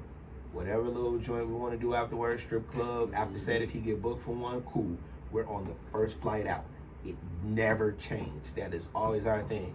And like sometimes when we would drive, nigga, we leave the same night of the show. We perform and get right back on the road and let's get our fuck home. We don't play that shit. We in and out. Right. So to tell All you, business. I say all of that to say we have a schedule. We have a whole program of what we do. I get there and I knew it was gonna be different. As soon as I touch down, you turn your phone back on, I get a text. Pull up to this address. bad. North Hollywood, so now Uber from like LAX to North Hollywood and shit. So I get out there, it's this big ass building, it's a door, it's numbers, and it's connected to like an auto shop. And I'm like, what the fuck is this? So I text him, so I was like, I think I'm outside. So he come out, he like, yeah, go ahead. He like, put your bag in this car. And I'm like, nigga, when you get this? He like, nah, homie, let me get that while I'm out here. So I'm like, oh, okay, cool.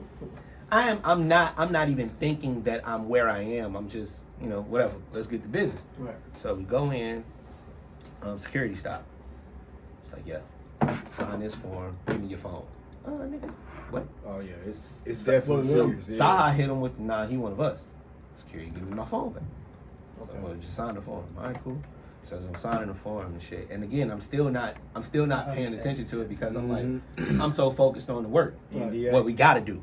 Nah, I ain't even. I'll sign the NDA, but I'm still focused on, all right, when are we going to the hotel? When are we going to sound check? Like, I'm focused on our program, nothing else. So as I'm signing the NDA, I look up, and the first person I see is Kirk Franklin.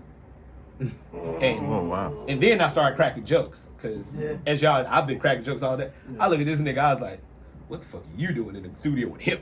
You're a heathen. That's a man of God.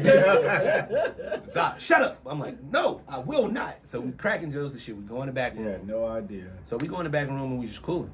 So then after this, we just chilling in the back. We vibing. We just listening to music. We ain't doing nothing crazy. You're not. It's still not registering because we're in the room by ourselves. So we in our groove. I'm not seeing nobody, nothing. So then he like, yo, nigga, let's go to a basketball game. So I'm like, all right, bet, let's go. So he like, my partner played for UCLA. He left us tickets. Cool. Bet. So, damn, it's a part of this story that I have to leave off record. Okay. I'll tell y'all when the cameras and shit is off because it's very important. the part of the story that I gotta leave off record is this. Shut the hell up, damn machine. So after this, we go to the game. We do everything that we're not supposed to do. After the game, Typical nigga shit. yeah, after the game, we go eat his crib. We chilling at his crib. We decide to get dressed, and then we realize we didn't do sound check.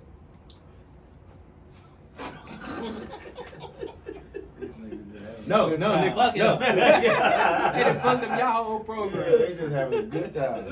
No, nigga, no. It gets better. We didn't practice. We don't even have we didn't know State what. of the show. Yeah. No, we didn't know what we was gonna do another. So we go to the show. We go check in for the show and shit. So I was like, so this is where we come up with, if you've ever seen me and Saha perform, there's a thing that we do, and we came up with it this night. I was like, yo, I got it. He was like, what you gonna do? I was like, check. I was like, I'm gonna go up here, and I was like, I'm gonna just play like a few joints that feel like our music, like some hip hop shit, and I'm gonna just check the mics then. And he was like, what? I was like, why? So I go up there, and I play it, and I'm playing joints, and I'm just going to check every mic. I'm like, y'all ready for Saha? Then I go to the next mic, make some noise. The crowd think I'm just hyping the crowd. No, I'm checking the mic. Checking the mic. Giving the nigga cues, turn this one up, this one up, we need more on the side. So go check the mic. So I'm like, Mike's is good. He like, oh. I was like, we're gonna do that at every show. I was like, what we started to do is sometimes we would go to spots and it'll be a house DJ. And the house DJ will be playing shit that don't sound like our shit. Okay. So we started to prime people to get ready for a Saha show by playing other shit that sounded like Saha shit. Yeah. That's how you sway the crowd. You already put them in the mood. Yep. That was the whole purpose of doing that.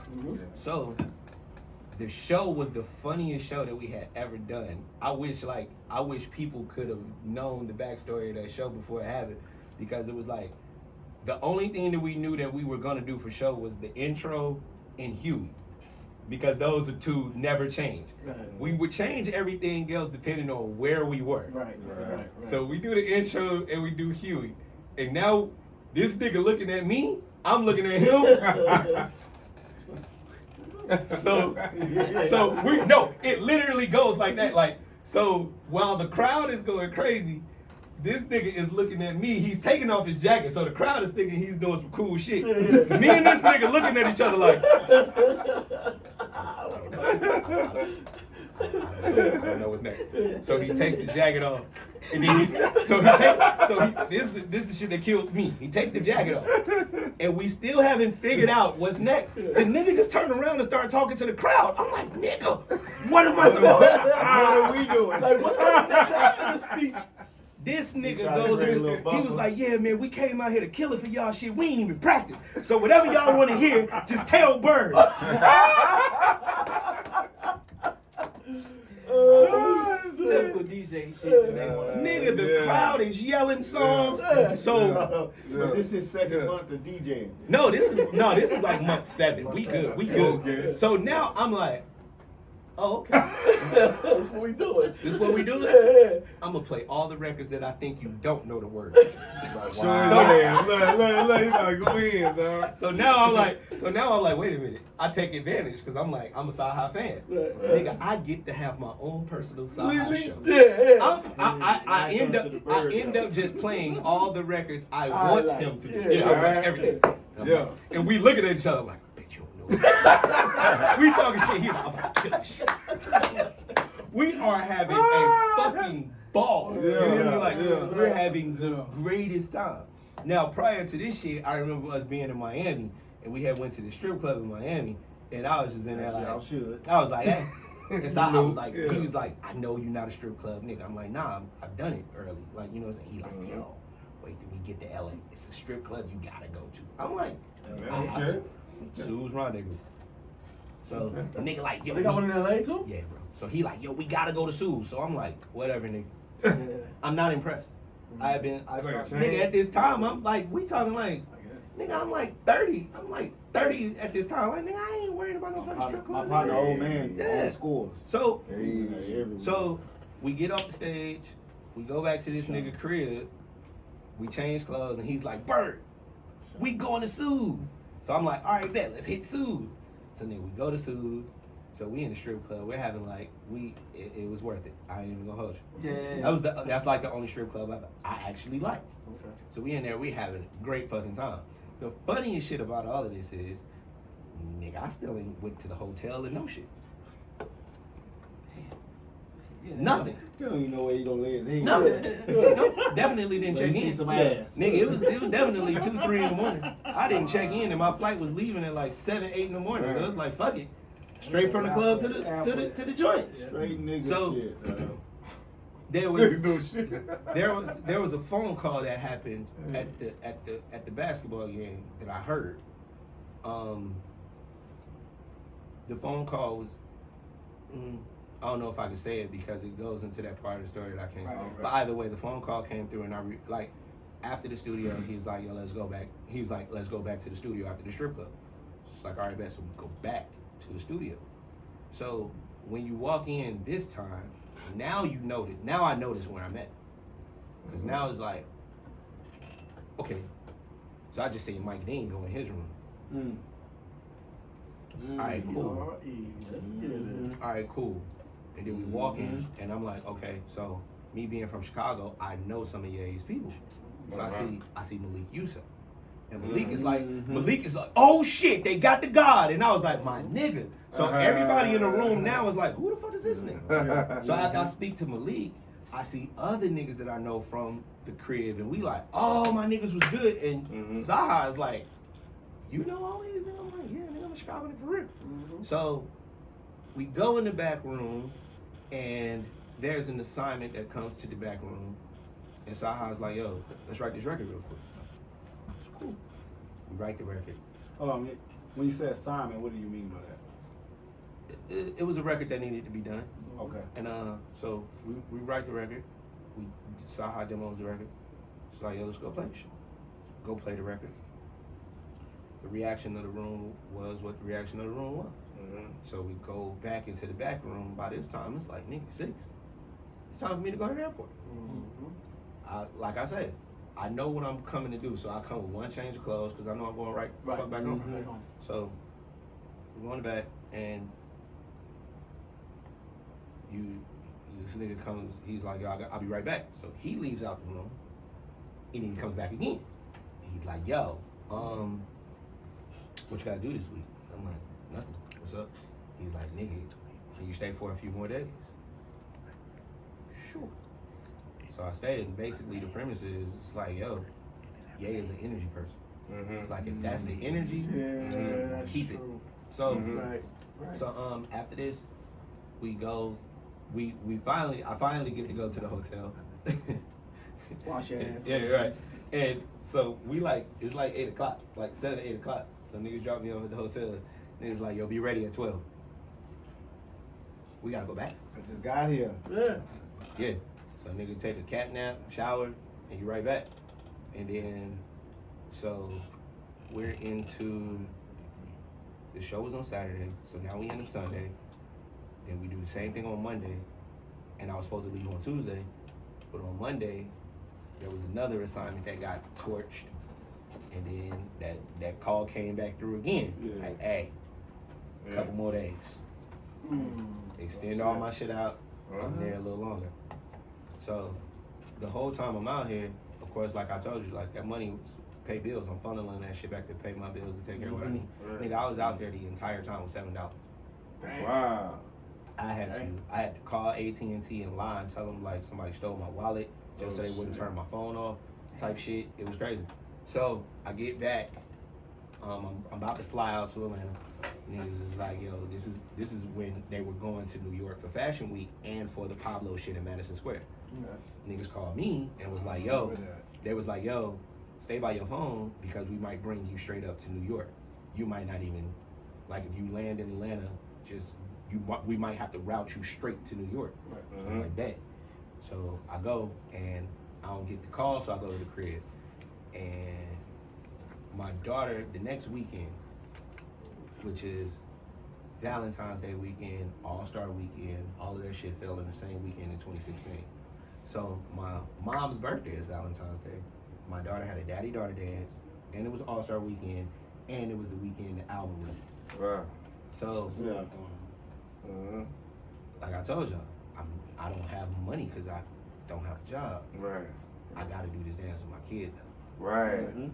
I Please do, yeah. I pawned all of my equipment, Oh, including my laptop. That's With the all, most all the important. music and everything in that Everything, shit? because my daughter's dance was more important than all of that shit. Absolutely. Yeah. So Damn. I pawned all my equipment. Sacrifices we make as a father. Yeah, man. So I pawned all my Yeah. shit. My partner, by the good grace of God, was going to Chicago that same week. Nigga was like, yo, you can just ride with me, just give me a little bit of money for gas. My dog. So we make the trip. That Friday, I do the daddy-daughter dance.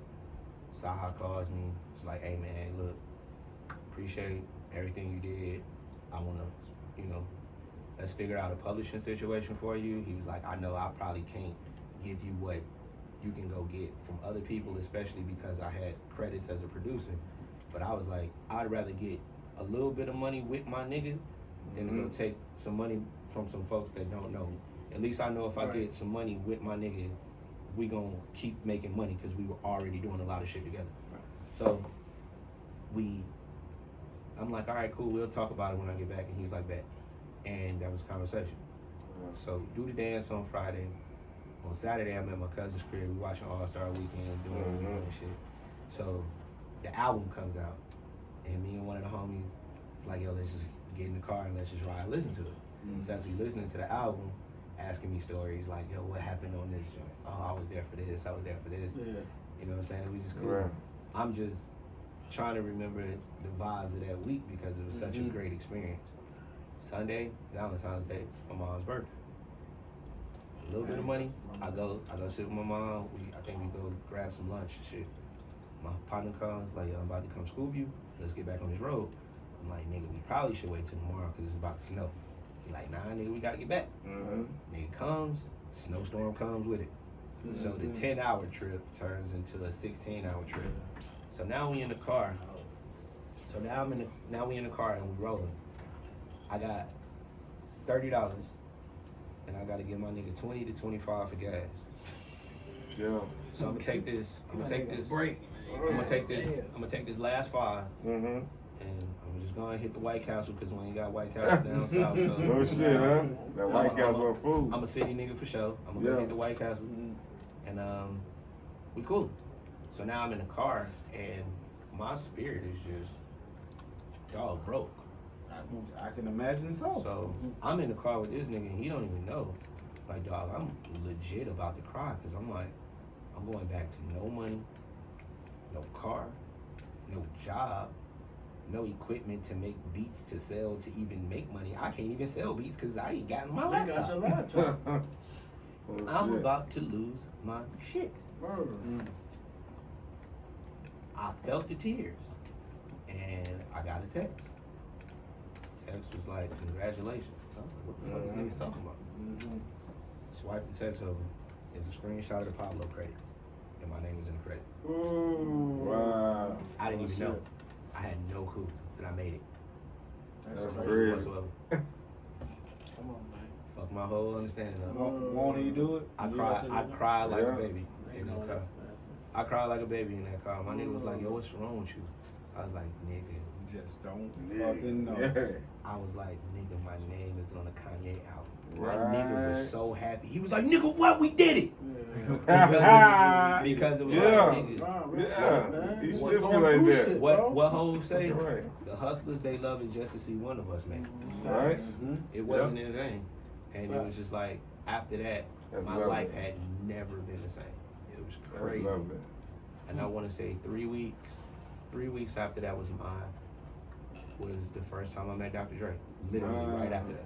That was our next question. Yeah. Get into that. Yeah. And I want you to get into that because you're an extraordinary producer. I know we're getting close to time. I'll come back for part 2. Okay. Okay. Part 2 is Yeah. part 2 is gonna be deep. Y'all heard that. I'm gonna come back. He said it. I'm gonna come back for 2. I'll get into the Dre. You know what I'm saying? We'll do part 2. So the Dre story. So me and my man John Connor. What's crazy is the same guy that was managing Saha was managing John Connor. Okay. So me and John had did a session before, and we just became really good friends. And John was signing Aftermath at the time. But also, there's a backstory to this. Remember I told you about my nigga Mac at work. Right. Mac came into work one day and was like, yo, nigga, you got ASCAP? I was like, what the fuck is that? He was like, so he's like, nigga, we gotta get it. So I'm like, all right, better sign up. So we signed up for the ASCAP shit. So the nigga comes back in and he's like, yo! Swear to God, this is a Friday. This nigga Mac goes, yo, let's go to LA Tuesday. Dang. Like that. Bruh. Okay. I'm like, Tuesday as in like a few days? He like, yeah. How the fuck we gonna do that? He like, nigga, don't worry, I got a plan. Yeah. So I'm like, what we going for? He's playing. He's like, it's an ASCAP conference. I was like, nigga, we just signed up for that shit yesterday. He's like, yeah, I know. Okay. So the nigga tells me the plan. I think I can tell this because the statute of limitations is up. No doubt. So this nigga, we was working at a company, and the company was low key going out of business. But this nigga Mac worked in the mail room, so he was also in charge of like ordering supplies. Yeah. So me and this nigga started running a play where niggas was ordering extra toner cartridges and popping them bitches off on eBay for like $800. That's the New Orleans in you, dog. We boomed a bunch of them bitches in like 2 days. Yes, sir. Won't he do We it? funded the whole LA trip off that. Nice. So boom, we get to LA. This is 07. Dang. Now I'm saying this to say this is how much leg work you have to put into the shit. Mhm. It's 07. We meet Focus, who's Dr. Dre's producer. This is after watching Focus on YouTube every day. We meet the Wow. nigga. We're like, bam. Dang. Yo, man, you're great inspiration. He hands us a CD with just like a project that he was working on. Cool. We were just happy that we met him. So after the whole LA trip, we go back. We tell the crew, we like, nigga, we gotta do this shit again. But me and Mac went out there, we weren't prepared. We went out there with CDs that we wrote on. And we noticed quality over anything. Right, So it's like, all right, back. So we come back and we telling them niggas like what's going on. So now, like I said, we were a group. So we go, let's make an album. So we make an album, but we like, nah, we gotta be professional. 7-page insert. This shit gotta get pressed up properly. All of this, we gotta look the part. We gotta stand out. So you also get to submit, like if you pay a little extra money for the ASCAP, I don't know if they still do it. You can submit a song to be reviewed on one of the panels. Wow. So we do all of this. They pick our song to get reviewed. The wow factor in this is you had to send off to get your CDs pressed and all of that shit. Yeah. Nigga, the package touched down the day before we left for LA. Wow. So we took like That's 100. crazy. We took like 100 CDs. Took like 100 CDs. We bounced. We go out here. We go into the room that we supposed to do where they supposed to listen to the records and shit and review us. Guess who was the fucking judge? Focus.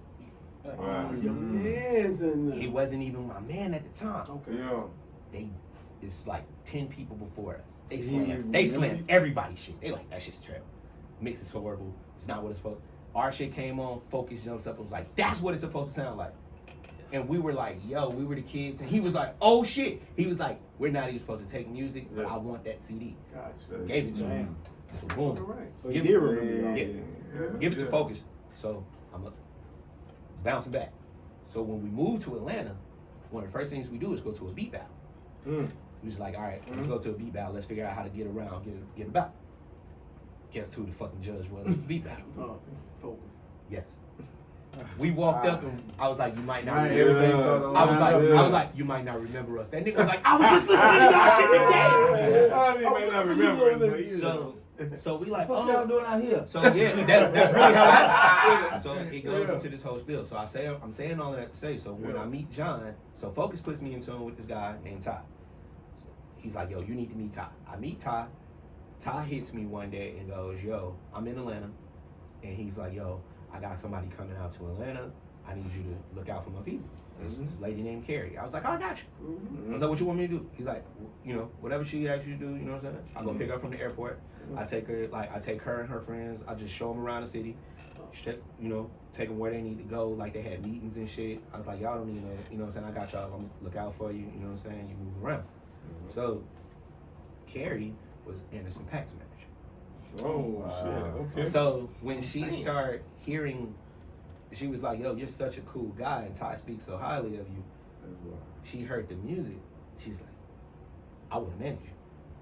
That's wild. Say word. So I started moving and shaking in that circle.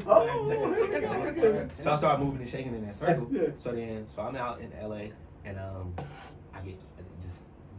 I hit John because I'm like, all right, I'm gonna touch base with him. So I hit John and I'm like, yo, I'm in LA. And he did me exactly how Saha did me. Nigga just sent me an address. So Was it next to a mechanic shop this time? nigga, it looked the same. And it was down the street from where I was, so I could go. It's a building with a door with numbers. It looked the fucking same. Here's the killer part about it. It's owned by the same people. Wow. No shit. So I go in, and so we do this session. So I'm kicking it with John, we vibing. I come back the next day, we vibing. I'm supposed to leave. And I'm like, damn, this shit's crazy. And we about to say our goodbyes, and he's like, something don't feel right. He's like, I feel like you're supposed to be here. You're supposed to help me close this out. I'm like, yeah, this shit feel weird. And we're at Paramount Studios. So in order to get in Paramount, you got to be put on the list. They don't give a fuck who you are. They're not gonna let you in. So he like, I'm gonna put you on the list for tomorrow anyway. I was like, all right, cool. So I go back to where I'm laying my head, and I'm like, damn, I really don't feel like I'm supposed to go. And then somebody is like, well, how you fly out? It's like Southwest. It's like, nigga, there's no flight. There's no change feeder. And I was staying with one of my people. Jump on the line, I push my shit out a week. Wow. I show up to the studio the next day. The nigga John's like, oh, my nigga's here. I was like, yeah, I know, right? So Ty comes in, and I was like, what up? He's like, oh shit, you still here? And I was like, yeah. And I was like, wait a minute. Where did you get that fucking hat? Nigga had black hat with the big block letters, Dilla joint. I'm like, nigga. He's like, oh, nigga, I used to manage Slum Village. Bitch, what? I was like, nigga, I need the hat. He's like, oh, yeah, I got you. So we do this next session. We kick it. John like, yo, you come tomorrow? I like, yeah, I'll be here tomorrow. I'm going to be in a little late because I got a session before this one. So I'm coming. So Go to the next, so I come back the next day, and I'm walking in. Ty's walking out. Ty goes, I got a surprise for you. I was like, yes, nigga, I got my hat. I walk in the studio. Goddamn. DR, The nigga was sitting right there. I was like, oh. okay, this is Oh, awkward. shit. This is awkward as fuck. So we meet, shake up. John's like, yo, Dre, this is Byrd. Byrd produced such and such, because I had did like 2 joints on John out. That nigga stood up and was like, yo, shit hard, my nigga. I was like, Yeah. I've made it. I've made I can die now. Yeah. I can die now. I wasn't ready. I'm the greatest producer in the world. Can't tell. Have a ride. So Have a ride. fast forward 2 years, because we didn't really do shit in that session. It was like Dre was listening to John's album, just critiquing and shit. We shared some laughs. It was like some real cool shit. So fast forward like 2 years later, I'm at NAMM in 2018, and this is right before the Sci-Hi Crip tour. So I'm in NAMM in 2018. I'm just bouncing around, just doing a bunch of shit.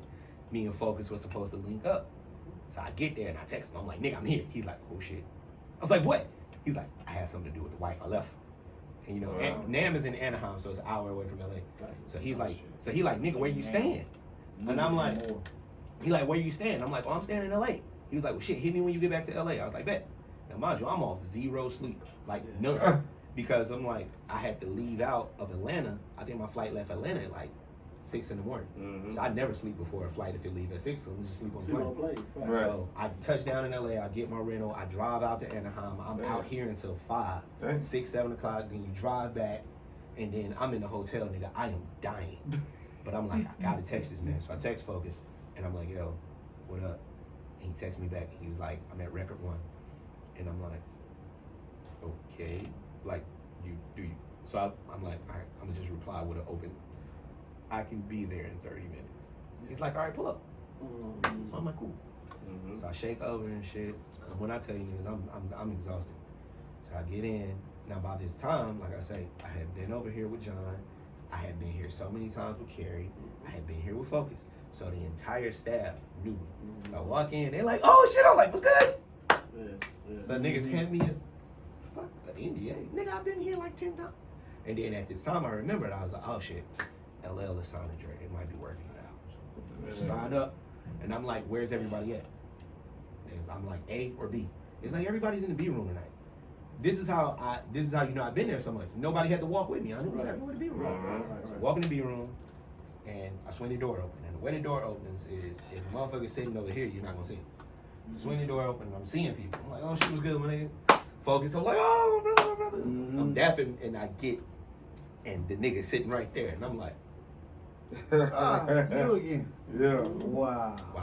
Hey, so we meet again. So I dap him, and he's like, good to see you again, my nigga. I was like, oh, you remember? Damn. You remember?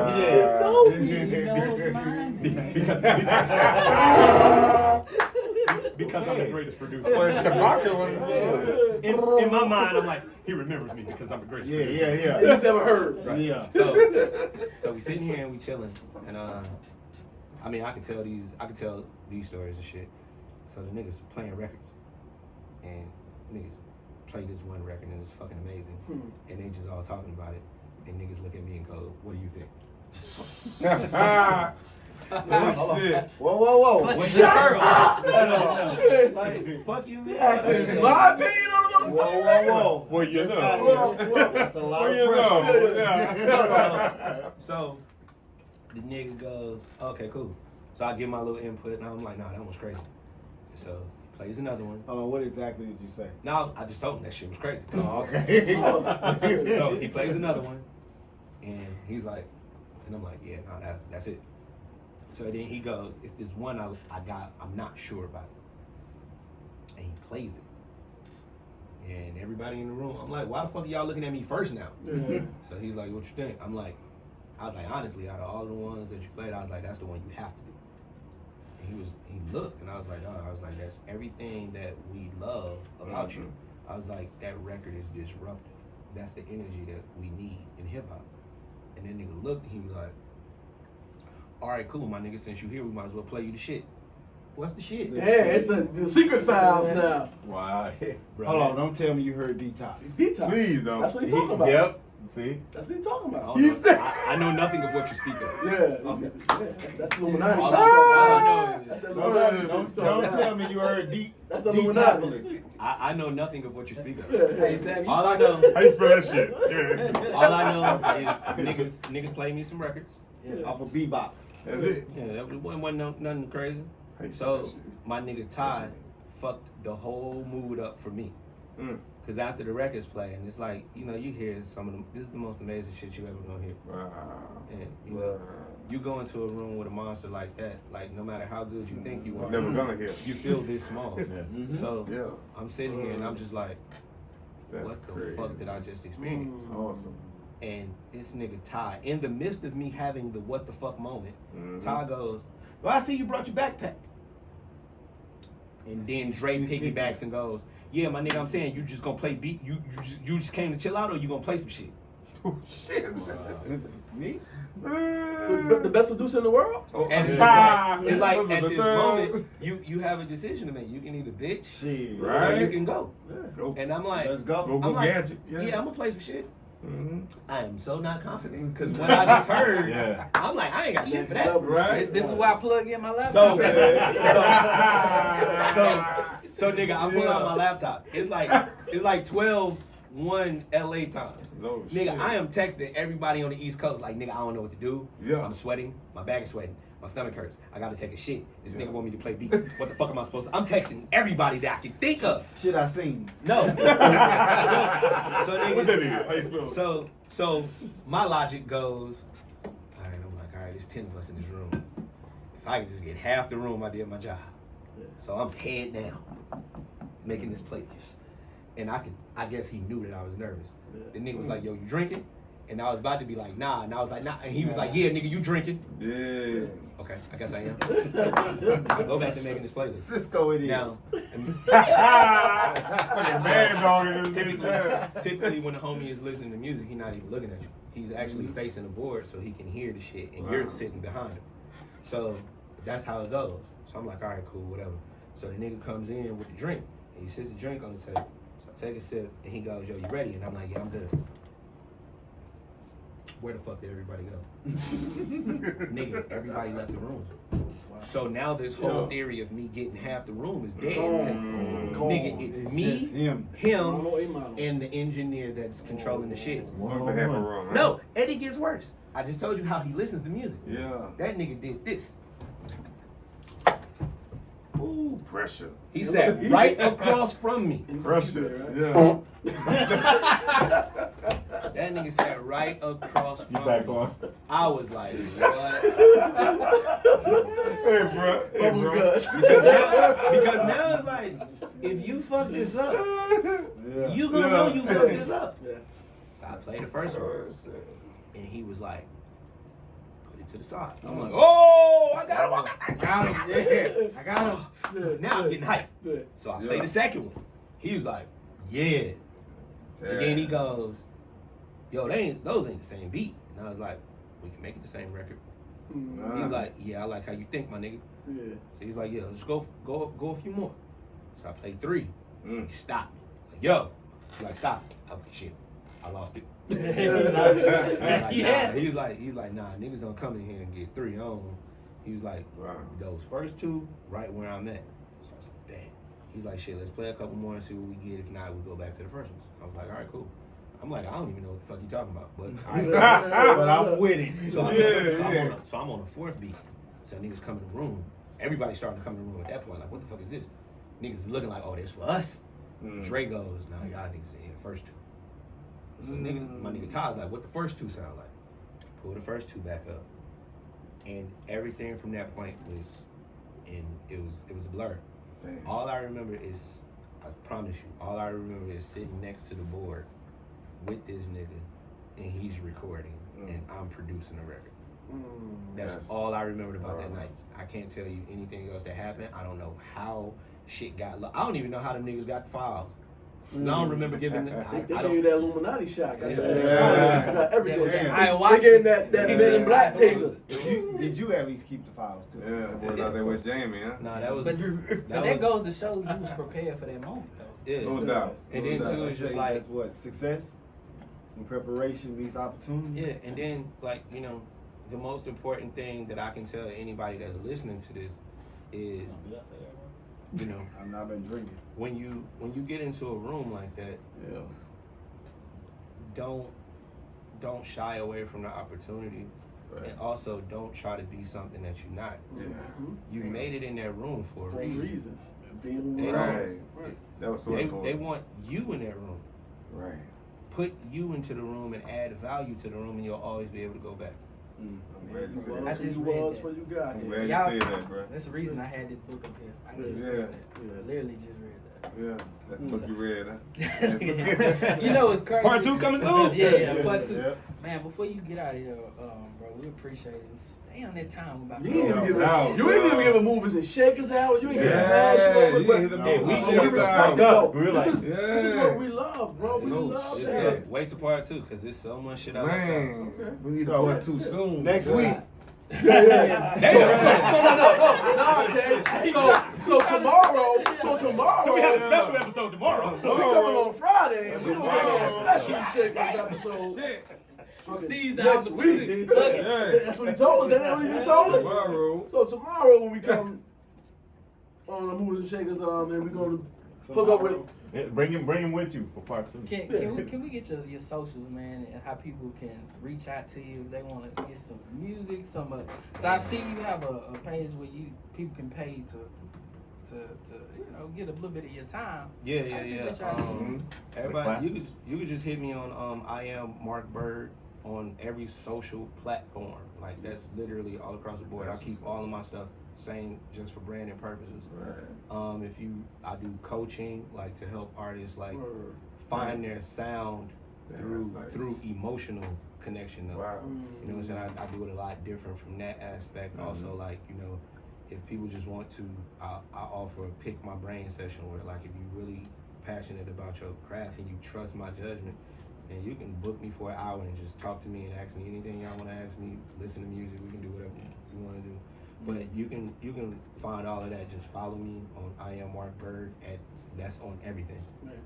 It's that simple. Well, when you come back, one of our esteemed followers said he want to hear all the groupie stories. Yeah. It ain't got none of them. That's what our married man said. He said he want to hear all the groupie stories. This man focused. I wish I had some. I have zero groupie stories, bro. I'm dead serious. Listen, Yeah. he's a troll. Yeah, I be Yeah. I He be be trolling. serious. It was a fun story about the strippers at Sue's one night. That shit was funny as fuck. Like, it's a great story. We're going to save it for part 2. Yeah. Hey, coming but part you deserve two. it, bro. And You then- deserve it. Just Yeah, saying. no doubt. You deserve it. No doubt. Feel me? Yeah. Well, there you Well. go. Texas 101 Jams, Movers and Shakers. DJ Wayne. ASAP. D-Tay. Mad Black. G Money. And And our special guest in the building. Mr. My name is my name. We ain't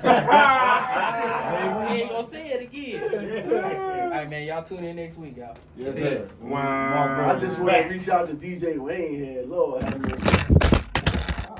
Whoops. Black. Come on. Damn. Cut him off. That's how Take fire. his That's cup. how fire the show was. Yeah.